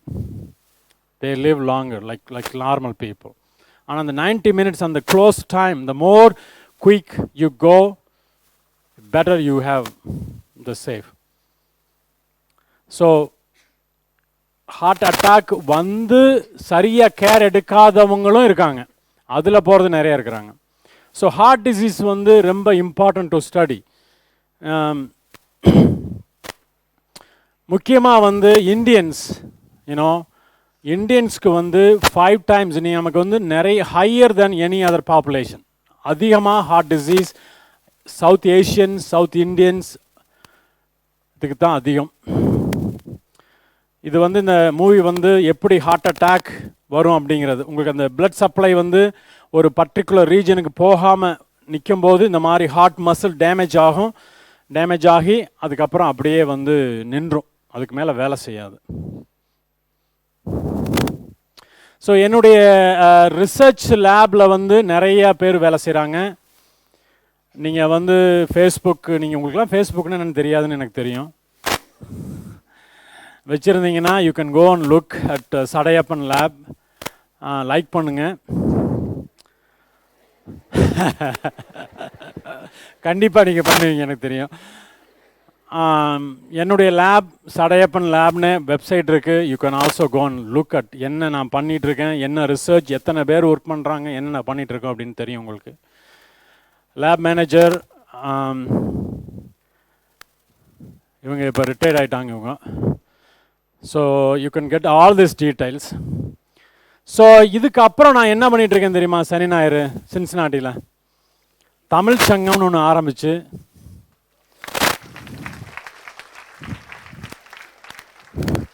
தமிழ் பள்ளி ஒன்று ஆரம்பித்து, அதாவது வந்து 2005 11 ஸ்டூடெண்ட்ஸை வச்சு நான் ஸ்டார்ட் பண்ணேன். இன்றைக்கி 185 பேர் படிக்கிறாங்க. சங்கமம் அப்படின்னு ஒரு சேனல் ஒன்று நடத்திட்டு இருக்கேன். அகெயின் cincinnati-tamilchangam.org போனீங்கன்னா நீங்கள் உங்களுக்கு ஆர்டிக்கிள் ஏதாவது இந்த சங்கமத்துக்கு பண்ணணும்னா நீங்கள் அனுப்புங்க. என்ன பண்ணுறீங்க, என்ன சொல்கிறீங்க? எழுதிக்கிறீங்களா? எதை எழுதிக்கிறீங்க? முன்னாடி பின்னாடி போவா இல்லை? இது போக அடுத்தது ரெட் சாரி அப்படின்னு ஒன்று ஸ்டார்ட் பண்ணி non profit organisation South Asian heart promotion like health care அவேர்னஸை க்ரியேட் பண்ணுறதுக்காக ஒன்று நான் ஆரம்பித்தது. இது ஆரம்பித்து ஒரு 3 மாதம்தான் ஆகுது. ஆல்ரெடி எனக்கு வந்து பார்த்தீங்கன்னா thousands of dollars டொனேட் பண்ணுறாங்க மக்கள். ஏன்னா இது அவ்வளவு இம்பார்ட்டன்ட். நம்ம வந்து பார்த்தீங்கன்னா 45 வயசு 50 வயசு 55 வயசு ஹார்ட் டிசீஸ் இன்றைக்கி வந்து அதிகமாக வந்துட்டுருக்கு. ஸோ ரெட் சாரி அப்படிங்கிற ஒரு moment to talk about heart disease. நமக்குள்ளே வந்து நம்ம பேரண்ட்ஸ் கூட நம்ம ஃப்ரெண்ட்ஸ் கூட ஹார்ட் டிசீஸ்னால் என்ன, இதுக்கான என்ன டெஸ்ட் நம்ம பண்ணணும், எப்போ நம்ம வந்து தெரிஞ்சுக்கணும், என்னென்ன மாதிரியான மருந்துகள் நம்ம எடுக்கணும், இதெல்லாம் வந்து பேசக்கூடிய ஒரு மூமெண்ட்டு தான் இது. இன்றைக்கி வந்து நாங்கள் என்ன சொல்கிறோம் அப்படின்னா, நல்ல சாப்பாடு, நல்ல தூக்கம், நல்ல எக்ஸசைஸ், நிம்மதியான ஒரு மைண்ட் செட், இதெல்லாம் கண்டிப்பாக வேணும். நீங்கள் எவ்வளோ தூரம் உழைக்கலாம், விடிய விடிய வேலை செய்யலாம், ஆனால் கடைசியில் வந்து உங்கள் இன்ஜின் உங்கள் ஹார்ட்டெல்லாம் நல்லா இருக்கணும்ல. இப்போ அது ரொம்ப முக்கியம். அதை ப்ரொமோட் பண்ணுறதுக்கான ஒரு ஆர்கனைசேஷன். ஸோ இது வந்து சின்சினாட்டி நாங்கள் இருக்கிற ஊர் பாருங்கள், எவ்வளோ அழகாக இருக்குது பாருங்கள். ஒஹாயோ ரிவருக்கு சுற்றி இருக்குது சின்சினாட்டிங்கிற ஊர். சின்சினாட்டியில் வந்து ரொம்ப ஃபேமஸானது இந்த ஸ்கைலைன் சில்லின்னு சொல்லுவாங்க. இது வந்து beef with noodles. Oh bad, ரொம்ப நல்லா இருக்குங்க. இது வந்து வீடு ஜூலையில் எப்படி இருக்குது பாருங்களேன், நல்லா க்ரீனிஷாக இருக்கும்.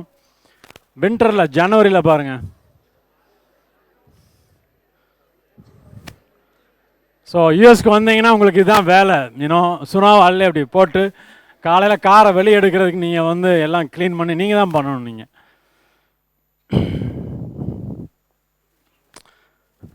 இது எங்கள் அம்மா.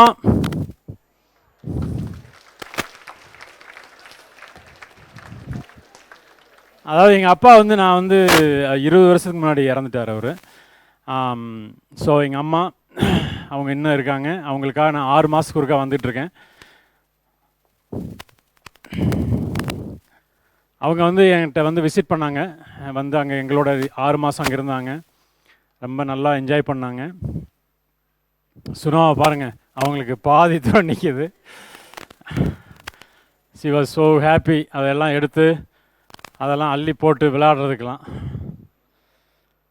இது என்னுடைய குழந்தைகள், மனைவி புவனேஸ்வரி, கார்த்திக் அண்ட் குமரன். இது வந்து நம்ம ஊருக்கு வந்தபோது எடுத்தது. இது இப்போ எடுத்தது ரீசண்டாக.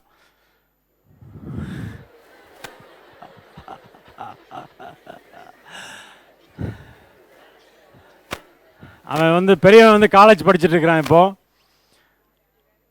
அவன் சொன்னான் 2-3 கேர்ள் ஃப்ரெண்ட்ஸ்லாம் வச்சுருக்கேன்னு சொன்னான். கடவுளுக்கு தான் வெளிச்சம், அங்கெல்லாம் ஒன்றும் சொல்ல முடியாது.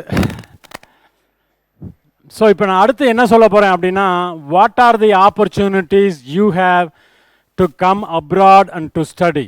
சாரி, உங்கள் ரொம்ப நேரம் எடுக்க விரும்பலை, ஏன்னா நீங்கள் எப்படா ஊருக்கு போகலான் இருக்கீங்க. கரெக்ட், காலேஜ் தானா? ஸோ பிரின்ஸிபல்கிட்ட கண்டிப்பாக அந்த வந்துட்டார். அவர் வந்து அவர்கிட்ட நாங்கள் எல்லாம் ஒரு வேண்டுகோள் வைக்கிறோம். என்னென்னா, இது முடிஞ்சோன்னே அப்படியே அவங்களாம் வீட்டுக்கு போகிறேன் அப்படின்றாங்க. இங்கே பாருங்க,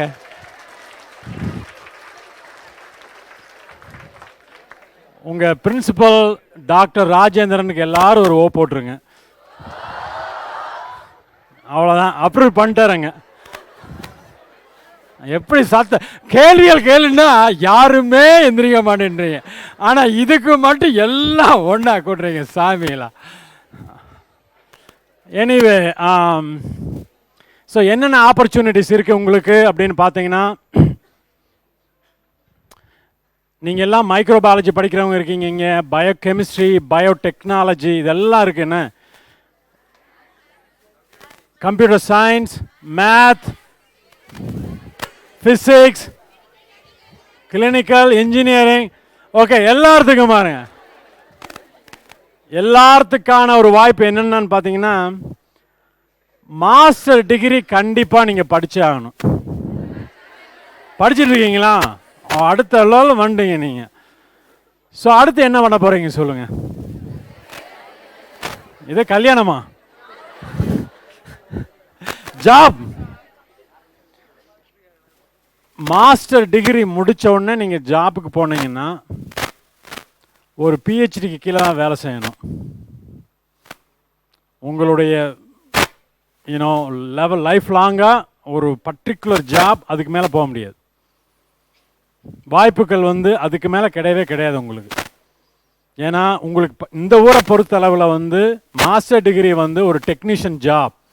இதுதான் இன்னைக்கு மாஸ்டர் டிகிரிங்கிறது. பிஹெச்டி இந்தியாவிலேயே பண்ணுறதுக்கு நீங்கள் நிறைய வாய்ப்புகள் இருக்குது. சிஐசிஆர் எழுதலாம், ஐசிஎம்ஆர் இருக்குது, UGC, GATE exam. GATE exam எத்தனை பேர் தெரியும்? கேட்னா என்னன்னு தெரியுமா? தெரியும் கண்டிப்பாக. நான்லாம் கேட் எழுதி தான் பிஹெச்டி ஜாயின் பண்ணேன் நான். ஸோ பாட்னி படித்தாலும் நான் கேட் எழுதி தான் நான் பிஹெச்டி பயோகெமிஸ்ட்ரி ஜாயின் பண்ணேன். ஸோ கண்டிப்பாக நீங்கள் இன்றைக்கெல்லாம் 3 to 4 இயர்ஸில் பிஹெச்டி முடிச்சிடலாம். I really strongly encourage to consider. இல்லை நீங்கள் வெளியே மாஸ்டர் முடிச்சிருந்தீங்கன்னா வெளியே நீங்கள் எம்எஸ் படிக்கலாம். மறுபடியும் யூஎஸ்க்கு வரலாம், ஃப்ரீயாக ஃபெல்லோஷிப்போட நீங்கள் மாஸ்டர் டிகிரி படிக்கலாம். அங்கே படிக்கும்போதே வேலை செய்யலாம். படித்து முடிச்சோன்னா அப்படி முழு நேரம் வேலையை பண்ணிடலாம் நீங்கள். ஸோ அகெயின் எல்லாம் பாருங்கள், நான் இன்ஜினியரிங் கூட கவர் பண்ணியிருக்கேன். நான் மெக்கானிக்கல், கம்ப்யூட்டர், ஐடி எல்லாத்துக்குமான வாய்ப்புகள் அங்கே மாஸ்டர் டிகிரியில் கண்டிப்பாக நீங்கள் இங்கே முடிச்சிங்கன்னா ரொம்ப ஈஸி உங்களுக்கு ஆக்சுவலாக. ஆனால் நீங்கள் பண்ண வேண்டிய வேலை என்னன்னு கேட்டிங்கன்னா, டோஃபல் ஜிஆர்இ எழுதணும். சார் இதுதான பிரச்சனை அப்படின்றீங்களா? நிறைய கோச்சிங் சென்டர் இருக்குதுங்க. நீங்கள் எம்எஸ்சியே படிச்சுட்டீங்க, ஒரு டோஃபல் எழுத முடியாதா? இது ஒன்றுமே கிடையாது. உங்களுடைய நாலேஜை டெஸ்ட் பண்ணுறதுக்கு தான். உங்களால் இங்கிலீஷ் எழுத முடியும், படிக்க முடியும் அப்படின்னு ப்ரூவ் பண்ணுறதுக்கான ஒரு டெஸ்ட் தான். நீங்கள் கோச்சிங் சென்டரில் போய் ஈஸியாக ஜாயின் பண்ணி நல்ல கோர்ஸ் நல்லா எடுத்து படிச்சிங்கன்னா நல்ல ஸ்கோர் எடுத்துடலாம். ஸோ இதை நல்ல ஸ்கோர் எடுத்திருந்து எம்எஸ்சி டிகிரியோடு இருந்தீங்கன்னா நீங்கள் யூஎஸ்க்கு அப்ளை பண்ணிங்கன்னா ஃப்ரீயோட ஃபெல்லோஷிப்போடு நீங்கள் அங்கே படிக்கலாம். நீங்கள் opportunities.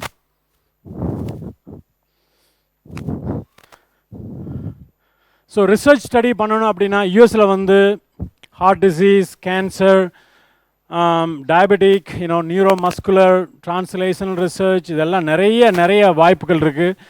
Again master degree, TOEFL, GRE, PhD program apply பண்ணுங்கள். ஃபெல்லோஷிப் அங்கேயே கொடுக்குறாங்க உங்களுக்கு. 5 years ஃபெல்லோஷிப் இருக்குது. You can save lot of money ஆக்சுவலாக. உங்களுக்கு இங்கெல்லாம் கோயம்புத்தூரில் நிறைய கோச்சிங் சென்டர் இருக்குது ஆக்சுவலாக. Very simple. அதாவது உங்களுடைய லைஃப் அடுத்த லெவலுக்கு போகணும், உலகத்தை பார்க்கணும் அப்படின்னா இதெல்லாம் நீங்கள் கன்சிடர் பண்ணக்கூடிய ஒரு வாய்ப்பு, அவ்வளோதான். ஆனால் டோஃபல் ஜிஆர்இ இல்லாமல் நீங்கள் வர முடியாது, யூஎஸ்க்கு வர முடியாது. வேற ஜெர்மனி, கனடாக்கு போக முடியாது. ஜெர்மனி, யூரோப்பியன் கண்ட்ரீஸ்க்கெலாம் டோஃபல் ஜிஆர்இ வேண்டியதில்லை. வெறும் மாஸ்டர் டிகிரியை வச்சு நீங்கள் பிஹெச்டி அப்ளை பண்ணலாம். அகெயின் ஃபெல்லோஷிப், அங்கே ஃபுல் ஃபெல்லோஷிப் உங்களுக்கு கிடைக்கும். உங்களுக்கு இது ஜெர்மனியில் உங்களுக்கு இருக்குது. டேட் ஃபெல்லோஷிப், ஹம்போல்ட் ஃபெல்லோஷிப்லாம். யூஎஸ்க்கு நீங்கள் மாஸ்டர் டிகிரி படிச்சுக்கிட்டு இருக்கேன் நான் ஃபஸ்ட் இயர் மாஸ்டர் டிகிரியில் இருக்கேன், நான் சம்மரில் ஒரு 2 மாதம் வரலாம் அல்லது 6 மாதம் வரலாம் அப்படின்னு யாராவது விருப்பப்பட்டால் சொல்லுங்கள். சார் இருக்கார், நான் இருக்கேன். we will arrange you to come and spend time and learn. So short term ஃபெல்லோஷிப்புங்க 2 weeks, 3 months, 6 to 24 months, 3 years இந்த மாதிரிலாம் நிறைய வாய்ப்புகள் இருக்குது. எல்லாமே அவங்களே டிக்கெட் போட்டு அவங்களே உங்களை கூட்டிகிட்டு எல்லாம் சொல்லி கொடுத்து ட்ரெயின் பண்ணி வழி அனுப்பிவிடுவாங்க. இதெல்லாம் நீங்கள் வந்து கூகுள்னு ஒன்று இருக்குது, அதில் போட்டு சர்ச் பண்ணி பார்த்தீங்கன்னா எல்லாம் தெரியும். ஸோ வாய்ப்புகள் வந்து உங்களை சுற்றி தான் இருக்குது. அதனால் வந்து என்ஜிபி, இந்த காலேஜ் வந்து என்ஜிபி தானே, என்ஜிபி, ரைட்? இந்த காலேஜில் இருக்கோம். இதை விட்டு அடுத்த லெவலுக்கு போகணும் அப்படின்னா you have to do something else. இல்லை கோயம்புத்தூர்லேயே நாங்கள் போதும் சார், இதே எனக்கு பெருசு சார் அப்படின்னா okay, be happy, at the end of the day, be happy. So I think Dr. Robbins and also your madam told again and again, you have to take challenges. நான் உங்களுக்கு சொன்னேன் எவ்வளவு challenges என்னுடைய வாழ்க்கையில் அப்படிங்கிறத. Challenges இல்லைன்னா நீங்கள் வந்து ஒன்றுமே கிடையாது. ஹாப்பியாக இருக்கேன் சார் இன்றைக்கி அப்படின்னா அது வந்து it's not permanent, just that momentum, அவ்வளோதான். ஸோ இது ஒரு ஆர்டிக்கிள் நான் ரீசெண்டாக எழுதியிருந்தேன். எப்படி மகா காளிக்கு வந்து பல கைகள் இருந்து பல ஆயுதங்கள் பல இதெல்லாம் வச்சுருக்காங்களோ அது மாதிரி இன்னைக்கு நமக்கு வந்து காம்படிஷன் ரொம்ப ஹெவி. நம்மளை நாமே தயாரிப்படுத்திக்கணும், அதாவது வந்து நிறையா கற்றுக்கணும். அப்படி கற்றுக்கிட்டால் மட்டுமே தான் நம்ம அடுத்த லெவலுக்கு போக முடியும். நம்ம ஆர் யூ ரெடி? கேட்கவே இல்லை. பிரின்ஸிபால் இருக்கார், நீங்கள் சவுண்டாக கொடுத்தீங்கன்னா தான் மதியானம் லீவ் கொடுப்பார். அப்புறம் ரொம்ப ரொம்ப ரொம்ப ரொம்ப நன்றி.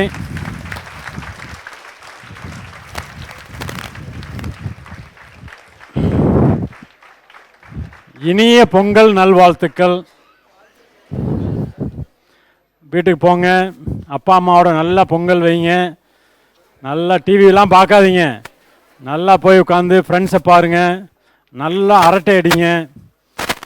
லீவ்னா லீவாக இருக்கணும், அங்கே போய் படிப்பை பற்றி யோசிக்கக்கூடாது.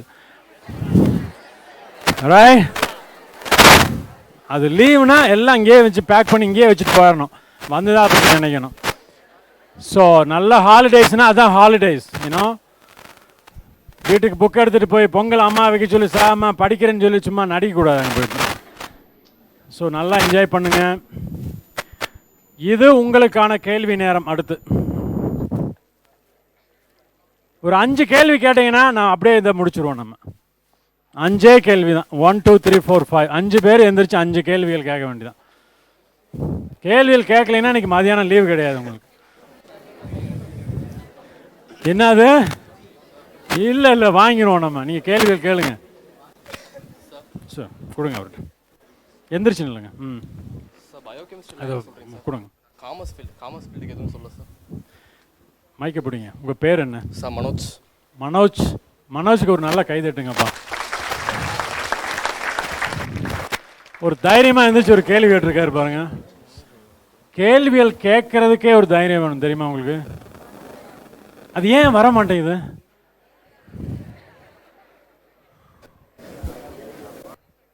ஏன்னா நீங்கள் வந்து அப்படி உங்களை நீங்களே மோட்டிவேட் பண்ணிக்கிட்டு எந்திரிக்கிறது இல்லை. எதுக்கு நம்ம ஏதாவது கேள்விகள் கேட்டு தப்பாக கேள்விகள் கேட்டுருவோமோ, எல்லாரும் சிரிச்சிருவாங்களோ அப்படின்னு ஒரு பயம். என்ன, அந்த பயத்தை நீங்கள் தான் பிரேக் பண்ணணும். ஏன்னா அது வந்து யாருமே உதவி செய்யவே முடியாது. நீங்களா தைரியத்தை கொண்டு வந்து எந்திரிச்சு எதையாவது கேளுங்க. அவர் என்ன கேட்டார் பார்த்தீங்களா? என்ன கேள்வி உங்கள் கேள்வி? சார் நான் காமர்ஸ் ஃபீல்ட் சார். ஸோ நீங்கள் சயின்ஸ் பற்றி சொல்கிறீங்க, ஸோ எனக்கு யூஸ் இல்லை.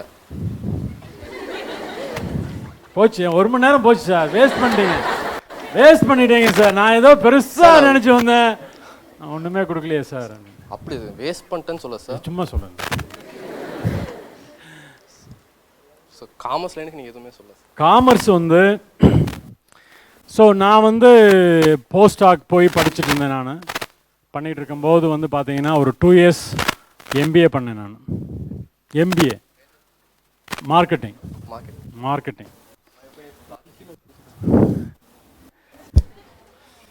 மார்க்கெட்டிங் வந்து உங்களுக்கு என்ன தெரியல, மார்க்கெட்டிங்னா வந்து எதை வேணாலும் விற்கக்கூடிய ஒரு திறமையை கொண்டு வரணும். நீங்கள் அகைன் நீங்கள் உள்ளே போகும்போது திறமை வராது, வெளியே அது வந்து நீங்களாக வறுத்து எடுத்து கொண்டு வந்து நம்மளால் முடியும் அப்படி அந்த கான்செப்ட் நீங்கள் வரணும். நீங்கள்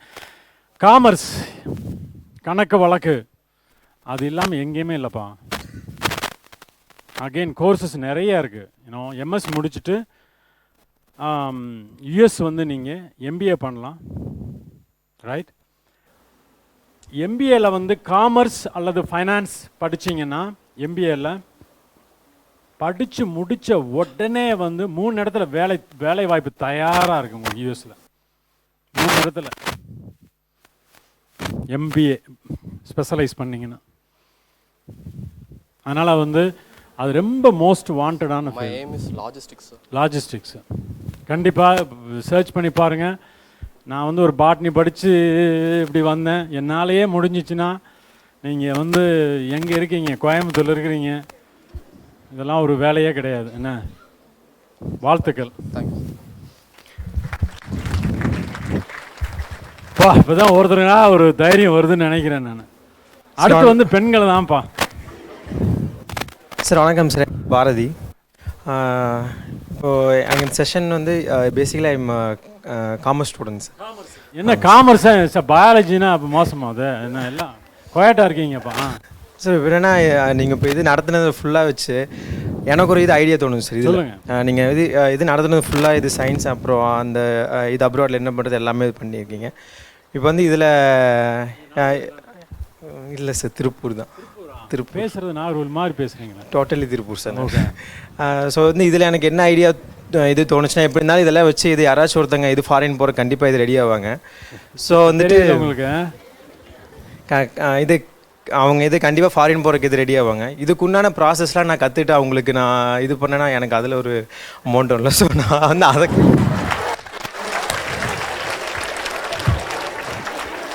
ஓ மை காட், ஒரு பிஸ்னஸ்ஸே கண்டுபிடிச்சாரப்பா. நாளைக்கே போய் ஒரு கம்பெனி பேரை ஸ்டார்ட் பண்ணி இவங்க இமெயில் எல்லாம் கலெக்ட் பண்ணி. Sir already I'm business man. நான் இப்போ இது பிஸ்னஸ் ஸ்டார்ட் பண்ணிட்டேன் சார். இது செகண்ட் இயர்லேயே நான் இப்போ இது பிஸ்னஸ் பண்ணிட்டு இருக்கேன். இது கார்மெண்ட்ஸ் பிஸ்னஸ் பண்ணிட்டு இருக்கேன். ஓகே. ஸோ அது இப்போ இதை எக்ஸ்போர்ட் பண்ணுறதுக்குண்டான இதெல்லாம் நான் இப்போ இது வாங்கி இப்போ வந்து ஹியூமன் எக்ஸ்போர்ட் பண்ணுறதுக்கு சரி. ஸோ இப்போ அந்த ஐடியாவும் வந்திருக்கு சார் உங்கள் மூலியமா. கண்டிப்பாக கண்டிப்பாக ரொம்ப வாழ்த்துக்கள். தேங்க்யூ. வாழ்த்துக்கள் வாழ்த்துக்கள். Okay. Oh my God, 1 2. Okay, எல்லாம் இன்னைக்கு பாருங்க, இன்னைக்கு 5 கேள்வி இல்லை 100 கேள்விகள் வரப்போகுது. Good afternoon, sir. I'm Alice, Masters in Biotechnology. Okay, very nice. The part of our curriculum, we have to go internship training for about 1 month, sir. Kandipa. Beyond that, we will get OD for about 2 weeks. That's it, sir. இதே இல்லையா? Do we have any opportunities? கண்டிப்பா. நீங்கள் பண்ண வேண்டிய ஒரே வேலை வந்து ஒரு இமெயில், என்னுடைய போய் பார்த்து என்னுடைய இமெயில் ஐடியை கண்டுபிடிச்சி எனக்கு வந்து இந்த மாதிரி சார் நீங்கள் வந்தீங்க, உங்களை பார்த்தேன், என்னுடைய சிவி அட்டாச் பண்ணியிருக்கேன், எனக்கு வந்து ஒரு வாய்ப்பை எங்கேயாவது வாங்கி கொடுங்க அல்லது வந்து பார்த்து கொடுங்கன்னு சொல்லுங்கள். நான் உங்களுக்கு வந்து எங்கேயாவது வந்து ஆர்கனைஸ் பண்ணிக்கிறேன். Thank you sir. கண்டிப்பாக. ஸ்டெப் 1 இதுதான். ஸ்டெப் 1 வந்து எந்திரிச்சு கேள்வி கேட்குறது. ஸ்டெப் 2 வந்து நமக்கு என்ன வேணுமோ அதை கேட்குறது. நமக்கு வந்து பார்த்தீங்கன்னா இன்றைக்கி யாருக்குமே வந்து கேட்காம எதுவுமே கிடைக்காது.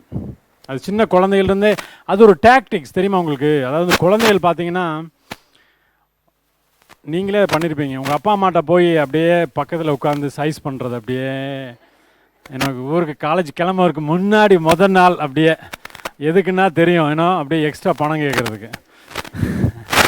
இதெல்லாம் டாக்டிக்ஸ். அது மாதிரி வந்து வி ஹாவ் டு அப்ளை. அதுதான் நான் சொல்ல வரேன் நான். அதாவது நமக்குள்ளேயே வந்து அந்த அந்த பிஸ்னஸ் எப்படி வந்து நெகோஷியேட் பண்ணுறதுங்கிறது இருக்குது நமக்குள்ளேயே. ஆனால் அதை நான் வெளிக்கொண்டு வர்றதில்லை. எல்லாருமே வந்து அதை அப்படியே தேவைங்கிற போது மட்டும் பயன்படுத்திட்டு மீதி நேரம் வெளிக்கொண்டு வர்றதே இல்லை.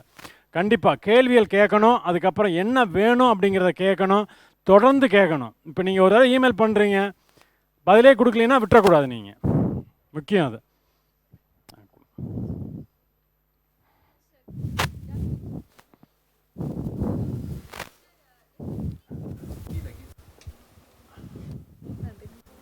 Yeah. Sir, is any first aid for heart attack? கண்டிப்பா. Sir, please tell. ஸோ அதாவது வந்து இப்போ நீங்கள் வந்து நிறைய ஒரு வீடியோ ஒன்று போய்கிட்டே இருக்கும், நீங்கள் பார்த்தீங்கன்னா தெரியாது. அஸ்பிரின் ஒன்று இருக்குது. அதாவது வந்து நீங்கள் அகெயின் வந்து இதெல்லாம் வந்து மெடிக்கல் டாக்டர்ஸ் தான் வந்து சொல்லக்கூடிய ஒரு இது. நான் சொல்ல முடியாது, நான் ஒரு டாக்டர் கிடையாது. பட் என்னென்னா வந்து அதாவது வந்து பிளட் கிளாட் ஆகிறத வந்து ப்ரிவென்ட் பண்ணணும் இம்மீடியட்டாக. இப்போ ஹார்ட் அட்டாக் வந்துச்சுன்னா என்ன சொல்லுவாங்கன்னா அஸ்பிரின், அப்புறம் இன்னொரு ஏதோ ஒரு மெடிசின் ஒன்று இருக்குது. அதை வந்து உடனே எடுத்துட்டா அட்லீஸ்ட் அந்த பிளட் கிளாட்டிங் வந்து டிலே ஆகும். ஸோ மறுபடியும் நீங்கள் எப்படி இருந்தாலும் நீங்கள் வந்து டாக்டர்கிட்ட போய் அது கிளினிக்கில் போய் அந்த கிளாட்டை வந்து அவங்க வந்து கேத்தரைசேஷன் பண்ணி ஓப்பன் பண்ணி கிளியர் பண்ணணும். அப்படி பண்ணலைன்னா நீங்கள் எவ்வளோ நேரம் நீங்கள் அந்த மெடிக்கேஷன் எடுத்தாலும் அது வந்து நிற்காது. அது ஏன்னா பிளாக்கேஜில் உங்களுக்கு சார் அந்த ராக் சால்ட்னு சொல்லுவாங்கல்ல, அது நாக்கு கடியில் வச்சா கரெக்ட். அதுதான் அது வந்து அதெல்லாம் மெடிசின் படித்தவங்களுக்கு தான் தெரியும் சார். அது ட்ரூவா இல்லை மித்தா? அது உண்மைதான். தேங்க்யூ. கண்டிப்பாக அது வந்து இப்போ வந்து ரெக்கமெண்ட் பண்ணுறாங்கல்ல, நான் வாங்கி வீட்டில் வச்சுக்கோங்க, வயசானவங்கலாம் இருக்க வீட்டில் கண்டிப்பாக அதெல்லாம் வாங்கி வச்சுக்கன்னு சொல்கிறாங்கல்ல, அதெல்லாம் உண்மைதான். அது சார் 90 மினிட்ஸ்க்குள்ளே ஹாஸ்பிட்டல் ரீச் ஆகணும்னு சொன்னீங்க. அப்படி பண்ணால் 100% normal life they can get back in normal life ஏன்னா. ஆனால் வந்து எவ்வளோ தூரம் அவங்க வந்து டிலே பண்ண ஹார்ட் மசில் வந்து டேமேஜ் அதிகமாகிட்டே இருக்கும். ஸோ போய் நம்ம வந்து அந்த பிளாக்கேஜ் ரிமூவ் பண்ணாலும் அந்த டேமேஜ் ஆன மசில் வந்து ரெக்கவர் ஆகிறதுக்கு ரொம்ப நாள் ஆகும்.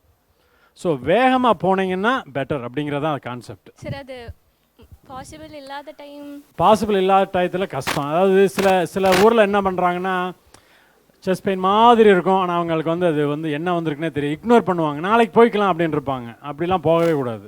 ஏன்னா அதில் வந்து என்ன ஆகுதுன்னா அது வந்து ரொம்ப டேஞ்சர் ஆக்சுவலாக, ரொம்ப டேஞ்சர். ஆமாம், கண்டிப்பாக நீங்கள் இதெல்லாம் நிறைய சர்ச் பண்ணுங்கள். இது வந்து ஏன்னா இதை பற்றி பேசுகிறதே ஒரு ஃபஸ்ட்டு ஸ்டெப்பு ஏன்னோ. அதுக்கப்புறம் நீங்கள் வந்து யாராவது வந்து போய் டாக்டரை பார்த்து ட்ரீட்மெண்ட்லாம் அவங்களெல்லாம் வந்து பார்த்து பேசி எப்படி ட்ரீட்மெண்ட் எடுத்திருக்காங்க அப்படிங்கிறது நீங்கள் you can write a story, ஒரு கட்டுரை எழுதி நீங்கள் அதை போடலாம், நீங்கள் ஆன்லைனில் போடலாம். நீங்கள் இதெல்லாம் ஒரு ஸ்டெப், ரைட்? வாழ்த்துக்கள்.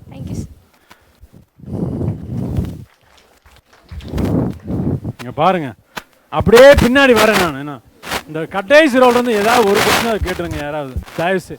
ஒன்று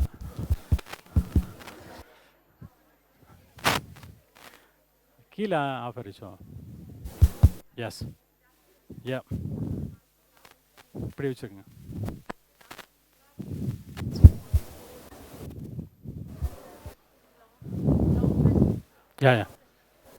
yeah it's okay. I think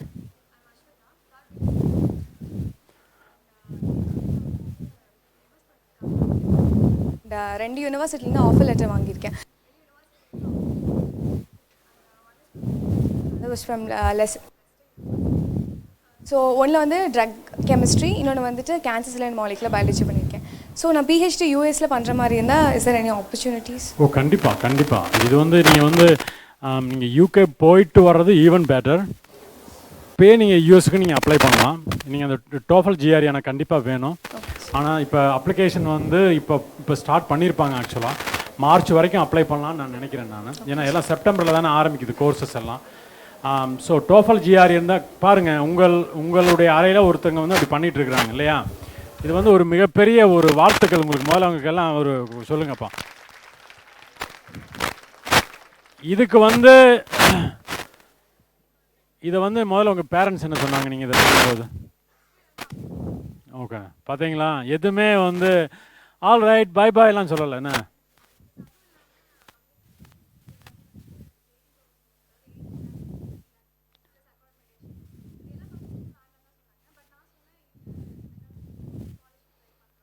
correct.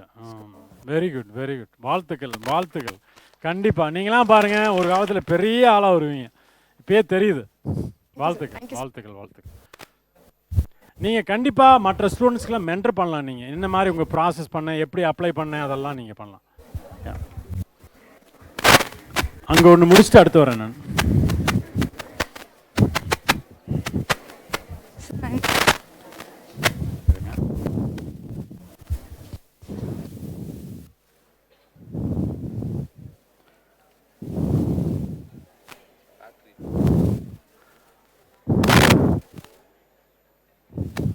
உங்களுக்கு சொல்லுங்கள், கேள்வி சொல்லுங்கள் நீங்கள், நான் சொல்கிறேன்.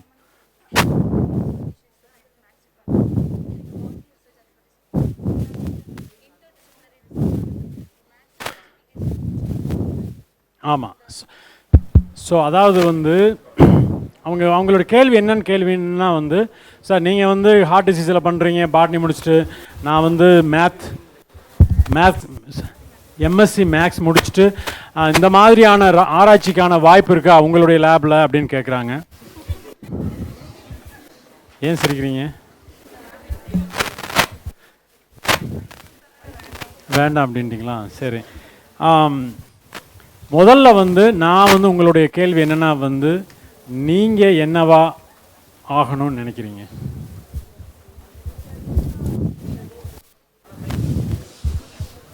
கண்டிப்பா பண்ணலாம். வந்துருச்சு. Very good. கண்டிப்பா கண்டிப்பா. Mic testing one two. So நிறைய வாய்ப்புகள் இருக்குது. ஏன்னா வந்து மேத்ஸு வந்து எனக்கெல்லாம் மேத்ஸே நான் வந்து பயம். என்ன 10th நான் வந்து மேத்தை வந்து க்ளோஸ் பண்ணிட்டேன். நான் 11th 12th நான் மேத்துக்கே போகல. நான் பயாலஜி ஓடிட்டேன் அப்படியே. ஸோ மேத்து வந்து பார்த்தீங்கன்னா ஒரு very very unique subject, very intelligent one. அது வந்து ரொம்ப எல்லாத்துக்குமே ரொம்ப முக்கியமானது. கண்டிப்பாக வாழ்த்துக்கள் உங்களுக்கு. அதெல்லாம் ரொம்ப மேத்து பார்த்தாலே ஐயோ மண்டக்காரங்கடா அப்படின்னு அப்படி தான் நாங்கள்லாம் சொல்லுவோம். என்ன நீங்கள் வந்து என்னென்னா வந்து bioinformatics anything biology you know associate with biology கண்டிப்பாக நிறைய வாய்ப்புகள் இருக்குது. அகெயின் வந்து நீங்கள் வந்து எனக்கு இமெயில் பண்ணுங்கள். நான் வந்து கரெக்டாக அதுக்கான மென்டரை வந்து உங்களுக்கு நான் வந்து கைட் பண்ணுறேன். நான் சரியா? கண்டிப்பாக ஒன்று. ஆனால் அந்த தியரி டோக்கல் அது மட்டும் அது வந்து அது இல்லைன்னா ஒன்றுமே பண்ண முடியாது. அது வந்து உங்களுக்கு பாட்டில் நெக் மாதிரி. அதை நீங்கள் கிளியர் பண்ணிட்டீங்கன்னா கண்டிப்பாக யூஎஸில் வந்து எங்கேயாவது வாங்கிடலாம். நான் கேள்வி அடுத்து. அங்கே ஒருத்தர் ரெடியாக நிற்கிறாரு. சார் உங்களுக்கு எப்படி திடீர்னு ஒரு என்ன சொல்கிறது 57 சார் மைக் வேணா சார் இந்த படிக்கிற ஒரு மூட் இருந்துச்சு. அவங்க கேட்கலையா நீங்கள் என்ன கேள்வி கேட்குறீங்க? இல்லை சார் இந்த பிஎஸ்சியில் வந்துட்டு 57 சம்திங், அது வந்துட்டு திடீர்னு எம்எஸ்சியில் வந்துட்டு எப்படி இவ்வளோ? நானும் அதை வந்து அதாவது 2 வருஷம் நான் சொன்னேன் இல்லையா, எல்லா வேலையும் மில்லில் வேலை பார்த்தேன், ரெஸ்டாரண்ட்டில் வேலை பார்த்தேன், கொங்கு அந்த இதில் வந்து கவுண்டர் அண்ட் கம்பெனியில் வேலை பார்த்தேன். என்னுடைய நண்பர் வந்து அவர் வந்து பிஇ இன்ஜினியரிங் படிச்சுட்டு இருந்தார். அப்போது அவர் இப்போ வந்து சுவிஸில் இருக்கார். ஸோ நான் வந்து இப்போயுமே அப்படி தான் இப்பயுமே ஃபீல்டில் வந்து என்னுடைய நண்பர்கள் எல்லாம் வெளியே தான் வச்சுருப்பேன். என்னுடைய துறை சம்பந்தமானவர்கள் யாருமே நண்பர்கள் கிடையாது. எனக்கு வந்து வெளியே நான் போய் வெளியே யார்கிட்டயாவது பேசினேன்னா நான் என்ன பண்ணுறேன்னு அவங்களுக்கு தெரியாது. ஸோ ஜெனரலாக தான் நாங்கள் பேசுவோம். ஏதாவது வெளியே வந்து ஓவராலாக அப்படி தான் பேசுவோம் நம்ம. ஸோ அப்போ அவர் வந்து நான் பேசும்போது வந்து தொடர்ந்து வந்து என்னுடைய வருத்தங்களை நான் சொல்லிக்கிட்டே இருந்தேன். என்ன இப்படி வந்து எதுவுமே நடக்க மாட்டேங்குது. ஸோ அவர் சொன்னார் வந்து திடீர்னு ஒரு நாள், சக்தி, சந்தோஷம் அல்லது வந்து இந்த மகிழ்ச்சி இந்த மாதிரியானது வந்து தேடிலாம் வராது, இது உனக்குள்ளேயே இருக்குது, எங்கேயும் போய் தேடாத, உனக்குள்ளேயே இருக்குது, அது நீ தான் கண்டுபிடிக்கணும் அப்படின்னாரு. அவர் தண்ணி அடிச்சுட்டு சொன்னாரா, அது வந்து சும்மா சொன்னாரான்னு எனக்கு தெரியல. ஆனால் அவர் சொன்னதை வந்து நான் அப்படியே எடுத்துட்டு, ஸோ படித்தா ஏதாவது நம்ம இதெல்லாம் போயிட்டு நம்ம அடுத்த லெவலுக்கு போக முடியும் அப்படிங்கிற ஒரு இதை வந்து எனக்கு வந்து தோணிருச்சுன்னு வச்சுக்கோங்களேன். ஆனால் வந்து நம்மளால் படிக்க முடியுமா, நமக்கு வந்து ஏன்னா பணம் கட்டுறதுக்கு கூட காசு இல்லை, நம்ம அப்பா அம்மாட்ட காசு கிடையாது, எப்படி பண்ண முடியும்? அதெல்லாம் நிறைய விஷயங்கள் வந்து நான் வந்து எதையுமே பிளான் பண்ணிலாம் நான் பண்ணலை. நான் கண்ணை மூடிட்டு நடக்கும் அப்படின்னு விழுந்தேன் நான்.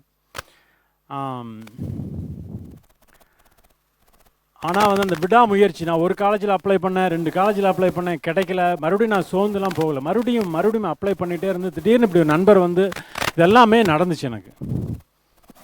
அப்போது வந்து அந்த வாய்ப்பு எனக்கு திரும்பி வரும்போது வந்து எனக்கு வந்து வாழ்வா சாவா அப்படிங்கிற ஒரு சூழ்நிலை வந்த உடனே தான் நான் வந்து எனக்கு வந்து சரி இந்த செமினாருக்குன்னு சொல்லி ஒரு 10 மார்க்ஸ் இருக்குல்ல, என்ன பண்ணுவேன், நான் போய் நல்லா வந்து அங்கே பேசி இங்கே பேசி வந்து பேசினேன்னா கிளாஸில் அப்படியே 10க்கு 10 அதான் ஒரு தடவை நீங்கள் வந்து வெற்றியினுடைய அந்த இதை வந்து நீங்கள் பார்த்துட்டிங்கன்னா யூ நெவர் கிவ் அப். அதுதான் ரொம்ப முக்கியம். ஒருத்தன் ஏன் கிளாஸில் ஃபஸ்ட் ரேங்க் வாங்கிட்டு இருக்கவன் தொடர்ந்து வாங்கிட்டே இருக்கானா அவனுக்கு தெரியும். யூனோ அது அதே ஃபார்முலாவை அப்படியே யூஸ் பண்ணுறது. சார் 12th வந்து நான் ஃபெயில் ஆயிடுவேன்னு நினச்சேன் சார். வந்துட்டு சத்தியமாக நானும் அப்படி தான். நான் வந்து ஆங்கிலத்தில் வந்து 77 மார்க் +2. 77 +2. 77 சார். நான் அப்படியே நினச்சி முடிஞ்சு அப்படின்னு நினைச்சேன். என் மார்க் அதை விட கம்மியா? பிஎஸ்ஜி போ அப்படின்னு சொன்னாங்க சார். என் மார்க் சத்தியமாக ஃபெயில் ஆயிடுவேன், போக மாட்டேன் அப்படின்னு சொல்லிட்டு உட்காந்துரு சார். இருந்தாலும் போ அப்படின்னு சொன்னாங்க. போய் பிஎஸ்ஜியில் உட்காந்துருந்தேன் சார். ரிசல்ட்டு அந்த பகருக்கு ஜெராக்ஸ் சென்டர் போயிருந்தோம்.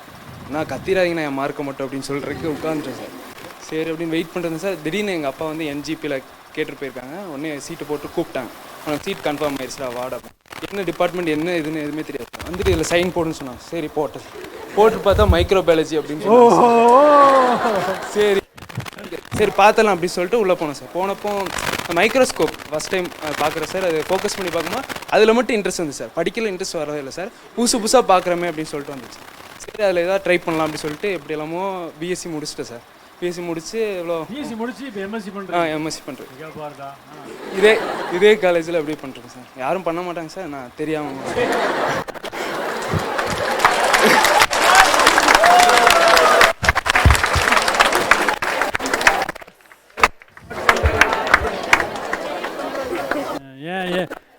எனக்கு ஒரு டவுட் இப்போ எனக்கு இப்போ ரொம்ப முக்கியமான டவுட் எனக்கு. இப்போ நீங்கள் ஒரு ஸ்டேட்மெண்ட் சொன்னீங்களே, எல்லாரும் பண்ண மாட்டாங்க சார், நான் பண்ணேன். ஏன் அப்படி சொன்னீங்க sir? Rules sir, rules sir, rules. அப்படியா? அதாவது அங்கே பிஎஸ்சி படித்தவங்க அதே காலேஜில் எம்எஸ்சி படிக்கக்கூடாதுன்னு ரூல்ஸ் இருக்கா? இல்லை சார், அது வந்துட்டு எழுதப்படாத ரூல்ஸ், அதாவது சொல்லப்படாத ரூல்ஸ் சார். இப்போ வந்து நீங்கள் கஷ்டத்தை அனுபவிச்சிட்டீங்கன்னா மறுபடியும் அது பண்ணுவீங்களா சார்?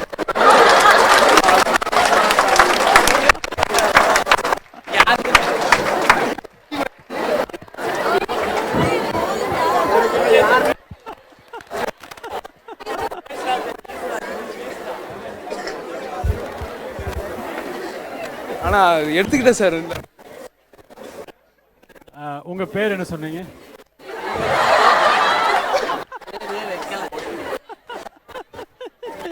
அஜய் மீனன் சார். வாழ்த்துக்கள் உங்களுக்கு. ஸோ நான் என்ன சொல்ல வரேன், இப்போ நீங்கள் வந்து தெரிஞ்சிருந்தோம், நீங்களே சொன்னீங்க இல்லையா, ஏன் இந்த தவறு செஞ்சீங்க? தவறு வந்துட்டு சார், இது உங்களை மாதிரியே தான் சார். ஃப்ரெண்ட்ஸ் அப்படின்னு சொல்லிட்டு வந்தாங்க சார். எல்லாரும் கரியர் விழுந்துருச்சு, எனக்கு மட்டும் பாஸ் ஆகிட்டேன் சார். அதனால மறுபடியும் இவனுங்க எல்லாருமே ஃபீஸ் கட்டினாங்க சார். நானும் ஃபீஸ் கட்டினேன் சார். பாஸ் ஆனவங்களுக்கு ஃபீஸ் திருப்பி தர மாட்டேன்னு சொல்லிட்டாங்க சார். ஆள் பிடிச்சி உட்கார வச்சுட்டாங்க. ஸோ இப்போ உங்களுடைய அடுத்து நீங்கள் என்ன செய்ய போகிறீங்க? இன்ட்ரெஸ்ட் காட்டணும்னு பார்க்குறேன் சார். ஆனால் வந்துட்டு நான் பிஎஸ்சியில் ரொம்ப விளையாட்டுத்தனமா அப்படின்ட்டு இருந்தேன். ஸ்டாஃப்ஸ் எல்லாம் அதே நோக்கத்தோடு பார்க்கறதுனால என்னால் முடியல சார். உங்களுக்கு வந்து மாற்றங்கள் தேவை. அதான் சார் வெளி காலேஜ் போகலாம் ட்ரை பண்ணேன் சார். என் ஃப்ரெண்ட் ஒருத்தர் இருக்கா சார், அவன் அரியர் வாங்கிட்டு போயிட்டான் சார். சரி, அவனால தான் சார் எல்லாமே. அவனால் நீங்கள் இங்கே இருக்கீங்க சார். இன்னொன்று ஸ்கூல் ஃப்ரெண்ட் அப்படியே சேர்த்து விட்டேன் சார் எம்எஸ்சிக்கு. தான் பெற்ற இன்பம் பெரிய வயகம். Zoology sir. இப்போ மைக்ரோபயாலஜி எடுக்க வச்சிட்டேன் சார். எடுக்க வச்சுட்டீங்க, ஃபீஸ் கட்ட வச்சுட்டீங்க. இப்போ சந்தோஷமா இருக்காரா? ரொம்ப சந்தோஷமா இருக்கேன். நீங்கள் ஏதோ சேர்த்திட்டோமே அப்படின்னு சொல்லிட்டு நானும் கூட அந்த சந்தோஷத்தில் நீங்கள் இருக்கீங்க. எனக்கு இப்போ இன்னொரு கேள்வி என்னன்னா, நீங்கள் ஏதோ ஒன்று சொல்ல வர்றீங்க சார். வந்துட்டு உங்களுக்கு இன்ட்ரெஸ்ட் வந்தது சார், அது எனக்கு சுத்தமாக வரமாட்டேங்குது. அதான் சார் கேட்டேன். அதுக்கு தடைய வந்துட்டு என்ன சொல்ல சார், பிஎஸ்சியில் இப்படி நான் எம்எஸ்சியில் கொஞ்சம் சேஞ்ச் பண்ணலான்னு நினச்சேன் சார். பட்டு ஸ்டாஃப்ஸ் வந்துட்டு இவன் இப்படித்தான் அவ்வளோதான் அப்படின்னு முடிவு பண்ணிட்டாங்க. அப்படியே நோக்கத்தோடு பார்க்கறதுனால எனக்கு சரி ஏதாவது கொண்டு வர முடியுமா, முடியும் ட்ரை பண்ணவே தோண மாட்டேங்குது சார். ட்ரை பண்ணவே தோண மாட்டேங்குது. ஸோ உங்களுடைய ப்ராப்ளம் உங்களுக்கு தெரியுது என்னன்னு, ஏன்னா உங்களால் முடியலை அப்படின்னு. இப்போ என்ன பண்ணலாம்? ட்ரை பண்ணுவேன் சார். ஆனால் அதுக்கு ஒரு ஸ்டாப் பாயிண்ட் இது வேணும்னா சம்திங் ஸ்டாஃப் அந்த ப்ராப்ளம் இருக்குது சார். எப்படி சொல்கிறேன்னு தெரியல சார்.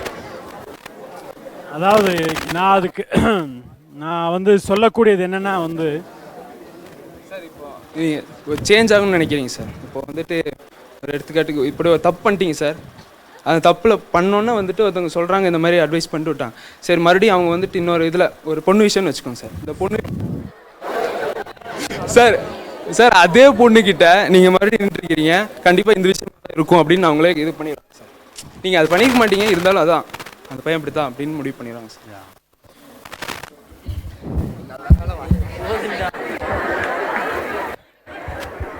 நம்ம வந்து நம்ம டாபிக் மாறிடக்கூடாது.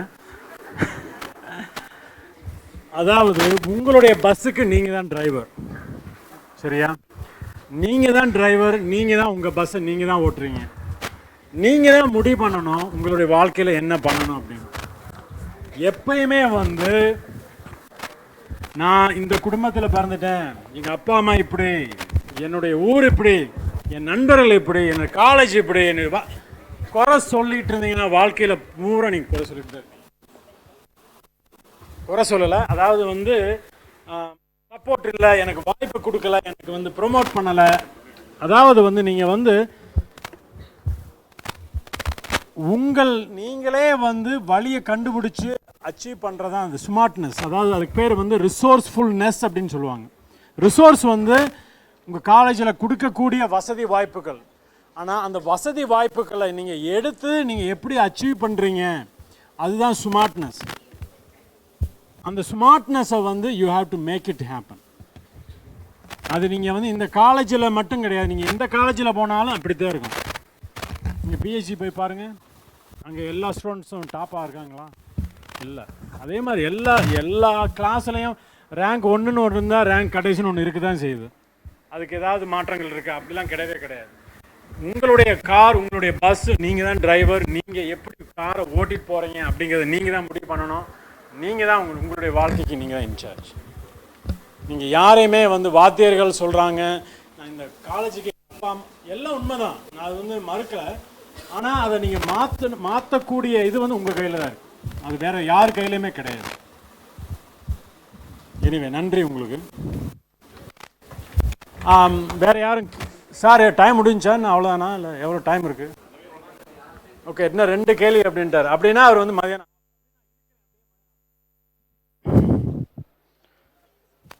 சார் நான் வந்து ஆக்சுவலி யூஜி வந்து மேக்ஸ் படித்தேன், பிஜி வந்து நான் எம்சிஏ பண்ணணும் அப்படின்னு ஆசைப்பட்டேன். பட் ஆனால் வீட்டில் இதை சொல்லும்போது வந்து கிராஸ் மேஜர் படிக்கும்போது உன்னுடைய யூஜியோட ஸ்கோப்பும் இருக்காது, பிஜி பண்ணுற போகிறதுக்கும் ஸ்கோப் இருக்காது அப்படின்னு சொன்னாங்க. நீங்கள் வந்து இப்போது கிராஸ் மேஜர் பண்ணியிருக்கீங்க பிஹெச்டியில், ஸோ இதனால் ஏதாவது டிஃபிகல்ட்டிஸ் ஃபேஸ் பண்ணிங்களா? கண்டிப்பாக. ஏன்னா நான் இந்தியாவில் இல்லையே. ஸோ இந்தியாவில் தான் இந்த பிரச்சனை. அதாவது வந்து அமெரிக்காவில் பார்த்தீங்கன்னா 50 வயசு ஆனவங்க எம்பிபிஎஸ் எம்டி பண்ணுறாங்க. நீங்கள் வந்து காமர்ஸ் படிச்சுட்டு மெடிசின் போய் படிக்கலாம். நீங்கள் மெடிசின் படிச்சுட்டு பயோஇன்ஃபர்மேட்டிக்ஸ் வந்து பண்ணலாம். அங்கே வந்து எந்த ஒரு ரெஸ்ட்ரிக்ஷனுமே கிடையாது. நீங்கள் எல்லா நோபல் ப்ரைஸ் வின்னர்ஸும் பார்த்தீங்கன்னா மேத் படித்தவர் வந்து மெடிசனில் நிறைய டிஸ்கவர் பண்ணியிருப்பார், மெடிசன் படித்தவர் வந்து பார்த்தீங்கன்னா மேத்தில் நிறைய டிஸ்கவர் பண்ணியிருப்பார். அந்த கான்செப்ட் வந்து வெளிநாடுகள் மட்டும்தான் இருக்குது. இங்கே வந்து நீங்கள் வந்து பாட்னி படித்தா அவ்வளோதான். நீங்கள் வந்து ஈவன் ஒரு காலேஜில் வந்து ஒரு ப்ரொஃபஸர் ஆகணும் அப்படின்னா அந்த பாட்னி டிபார்ட்மெண்ட்டில் மட்டும்தான் நீங்கள் ப்ரொஃபஸர் ஆக முடியும், வேறு டிபார்ட்மெண்ட்லேயே ஆக முடியாது. அது வந்து இந்த ஊரில் அந்த மாதிரியான சிஸ்டம் இருக்குது, அதுக்கு ஒன்றுமே செய்ய முடியாது. வேறு கேள்வி? வேறு ஒன்றும் இல்லை sir. Myself biochemistry department sir. இப்போ எம்எஸ்சி முடிச்சுட்டு பிஹெச்டிக்கு நீங்கள் சொன்னீங்க, அதே மாதிரி எம்எஸ்சி முடிச்சுட்டு யூஎஸில் ஜாபுக்குன்னா எப்படி?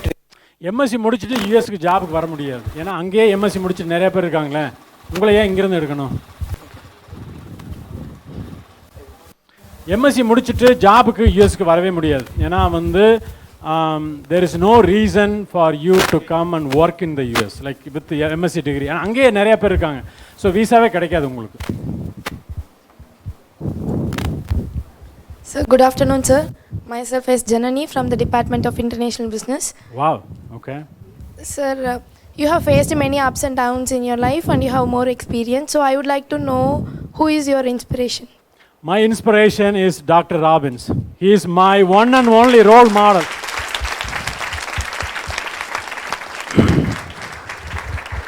Dr. Robbins, he comes to the work 5:30 in the morning.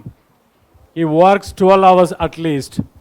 He takes off sometimes on Sunday. If you email him, in a second you get a response. Wherever he is, I applied to him, I got my appointment letter in 5 minutes.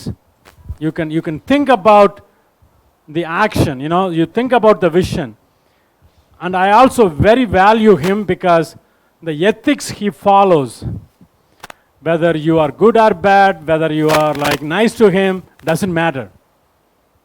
He always stand on the ethics and he always stand on the right thing.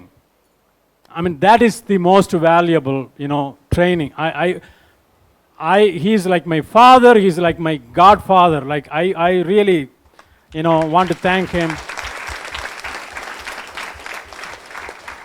I have to tell you, when I went to his lab, I joined in his lab, he was like the mentor, like, very strict. In the first 1 year, I was scared very much. Because, the quality that he expect, I was very worried that I can deliver that to him. Again, I went to his lab as the final option, the dead end. Because in Germany, I spent 3 years with no productivity. My life was so good. I enjoyed it, but I didn't see the future. So I specifically went to his lab to be successful, So I had to change everything. I had to remold myself by seeing him. He is a true leader. He lead people like I followed him, So he is my true, role model as well as inspiration person. Thank you, sir. Jeff, you deserve this. Thank you, sir. Thank you. Any questions? Anga onnu kudunga mic. More questions, Jeff. Sorry.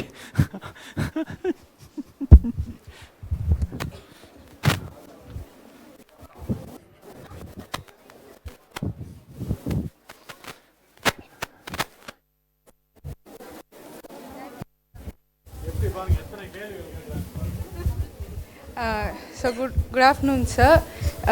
Myself Tamil. Sir, நான் வந்து UG project வந்து science பேஸில் தான் பண்ணேன், but maths department.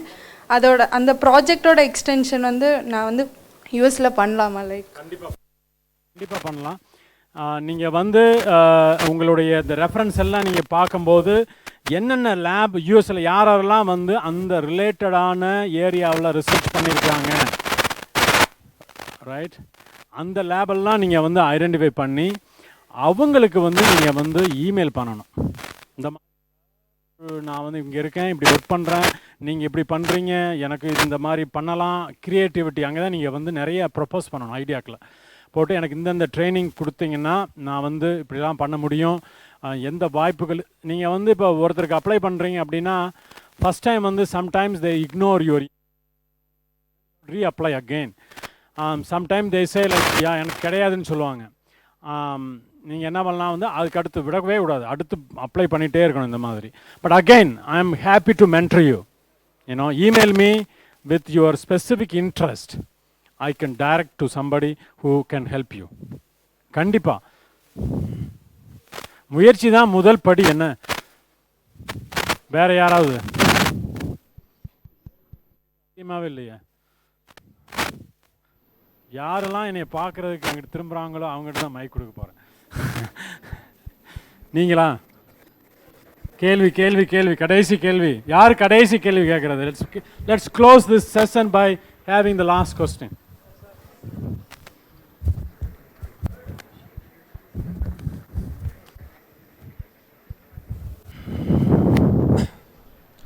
Sir, my name is Loyson sir. Sir, உங்கள் speech கேட் வந்து உங்களை மாதிரி நம்மளே ஏதாவது பண்ணணும்னு தோணும் சார். பட் பிஎஸ்சி முடித்தேன் சார். எம்எஸ்சி பண்ணிகிட்டு இருக்கேன் சார். இருந்தாலும் வந்து ஆவரேஜாக படிக்கிறோம், இது பண்ணுறோம். ஆனால் எந்த கற்றுக்கிட்ட மாதிரி ஒரு ஃபீலே வர முடியும் சார். வராது. அதான் சார். அது வந்து அது உங்களை சொல்லி குறை சொல்லவே முடியாது. ஆனால் வந்து இந்த கேள்வி இப்போ கேட்டிங்களே, இதுதான் ஃபஸ்ட்டு ஸ்டெப். உங்களுக்கு வந்து this is the first step. அதாவது செல்ஃப் அவேர்னஸ், உங்களை நீங்களே அறிகிறது. இது வந்து நீங்களாக கேள்வி கேட்கணும். நீங்கள் உங்களை முதல்ல கேட்கணும், என்ன நமக்கு வந்து ஒன்றும் இது வந்து சந்தோஷமாகவே இல்லை, இது இப்படி பண்ணால் நம்ம என்ன பண்ணுவோம், நமக்கு ஒரு ஒன்றுமே தெரிய மாட்டேங்குது அப்படின்னு வந்து செல்ஃப் அவேர்னஸை நீங்கள் க்ரியேட் பண்ணணும் முதல்ல. ஸோ நிறைய பேர்கிட்ட பேசணும். உங்களுடைய இந்த மாதிரியான சுச்சுவேஷனை வந்து நீங்கள் வந்து உங்கள் கிளாஸ்மேட்டை மட்டும் பேசிடாதீங்க. வெளி ஆட்கள்கிட்ட, கம்ப்ளீட்டாக வேறு துறையில் நல்ல வெற்றி இருப்பாங்க, நல்லா அடுத்த லெவலுக்கு போயிருப்பாங்கள்ல, அவங்கள்ட்ட உட்கார வச்சு பேசணும். நீங்கள் ஒரு இது வந்து என்னென்னா, நீங்கள் வந்து எப்பயுமே வந்து நெகட்டிவ் பீப்புளோட ஜாயின் பண்ணிங்கன்னா you also get negative thoughts all the time. அதாவது ஒரு ஃப்ரெண்ட்ஸ் வந்து கம்ப்ளைண்ட் பண்ணிகிட்டே இருக்கான்னு வச்சுக்கோங்களேன், இந்த வாத்தியார் சரியில்லை, இந்த லேப் சரியில்லை, இந்த யூனிவர்சிட்டி சரியில்லை, இந்த காலேஜ் சரியில்லை, அந்த ஆளோட நீங்கள் ஜாயின் பண்ணிங்கன்னா you get the same opinion. நான் முதல் வேலை நான் செய்கிறது வந்து அவங்கள கட் பண்ணுவேன் நான். ஏன்னா தன்னம்பிக்கை வந்து முதல்ல முக்கியம். நமக்கு வந்து முடியும், எந்த காலேஜில் வந்திருக்கோம் அப்படிங்கிறதெல்லாம் கிடையாது. நம்ம எப்படி நம்ம படிக்கிறோம். நான் சொன்னேன்னு பார்த்தீங்களா, விருதுநகர் வந்து 290 நாளில் 100 நாள் தான் காலேஜ் நடக்கும். I made it. கம்ப்ளைண்ட் கிடையவே கிடையாது எனக்கு. ஏன்னா அதுதான் வாழ்வா சாவா. ஸோ அதனால் நான் என்ன சொல்ல வரேன்னா, நீங்கள் தான் வந்து லக்கை கிரியேட் பண்ணணும். அந்த இதை வாய்ப்பை உருவாக்கக்கூடியது நீங்கள் தான். யாருமே வந்து ரெட் கார்பெட் போட்டு உங்களை வந்து வாங்க தம்பி இந்தாங்க உங்களுக்காக நாங்கள் வச்சுருக்கோன்னு யாருமே தர மாட்டாங்க. தேடுங்க, தேடுறது தான் முதல் வேலை. Thank you sir. கண்டிப்பாக. ஆல் ரைட், எல்லாத்துக்கும் மறுபடியும் ஒரு நன்றி, மிகப்பெரிய நன்றி.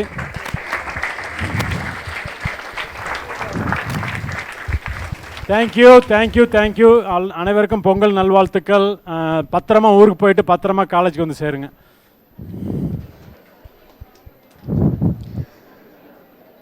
Thank you, Professor Dr. Shaktivel, for your motivational talk. We really inspired by your speech, sir. I invite Dr. S. Morgan, convener of IIPC, to propose the oath of thanks. Good afternoon, all present here. It's a great honor and privilege for me to propose vote of thanks on this great occasion. First, I would like to thank our beloved chairman, Dr. N.G.P.Arts, and our Madam Secretary, Dr. Dr.N.G.P.Arts, for their kind acceptance to organize this Industry Institute Partnership Conclave. My special thanks to Professor Dr. Jeffrey Robbins, Professor of Pediatrics, Executive Co-Director, Heart Institute, Director, Molecular Cardiovascular Biology, Cincinnati Children's Hospital Medical Center, USA. And Professor Dr. Shaktivel Sadayappan, Professor of Medicine, Associate Chairman for Basic Research, Department of Internal Medicine, University of Cincinnati, USA, for spending their valuable time and sharing their knowledge and experience with our students fraternity. Thank you, sirs. Also, I extend my thanks to Dr. Sendil Kumar, CEO, Bioline Laboratory, Dr. V. Chandrasekhar, Director, Bioline Laboratory and Research Institute, and Dr. Augustus, Research Coordinator, Bioline Laboratory and Research Institute, for their support in organizing this wonderful event. Thank you, sirs. I am extremely grateful to our principal, Dr. V. Rajendran, who is an instrumental force in organizing this useful program for the betterment of our student community. Thank you, sir. I avail this opportunity to thank our administrative people, deans of various portfolios, heads of various departments, faculty members, members of IIPC, technical staff, and all other supporting staff for their constant support for organizing this Industry Institute Partnership Conclave. Last but not least, I thank all the students for their patient listening and enriching their knowledge from this fruitful session. Once again, I thank you all for your valuable presence and support. Thank you. Thank you, sir. Now we have come to the end of the session. I request the gathering to rise for national anthem.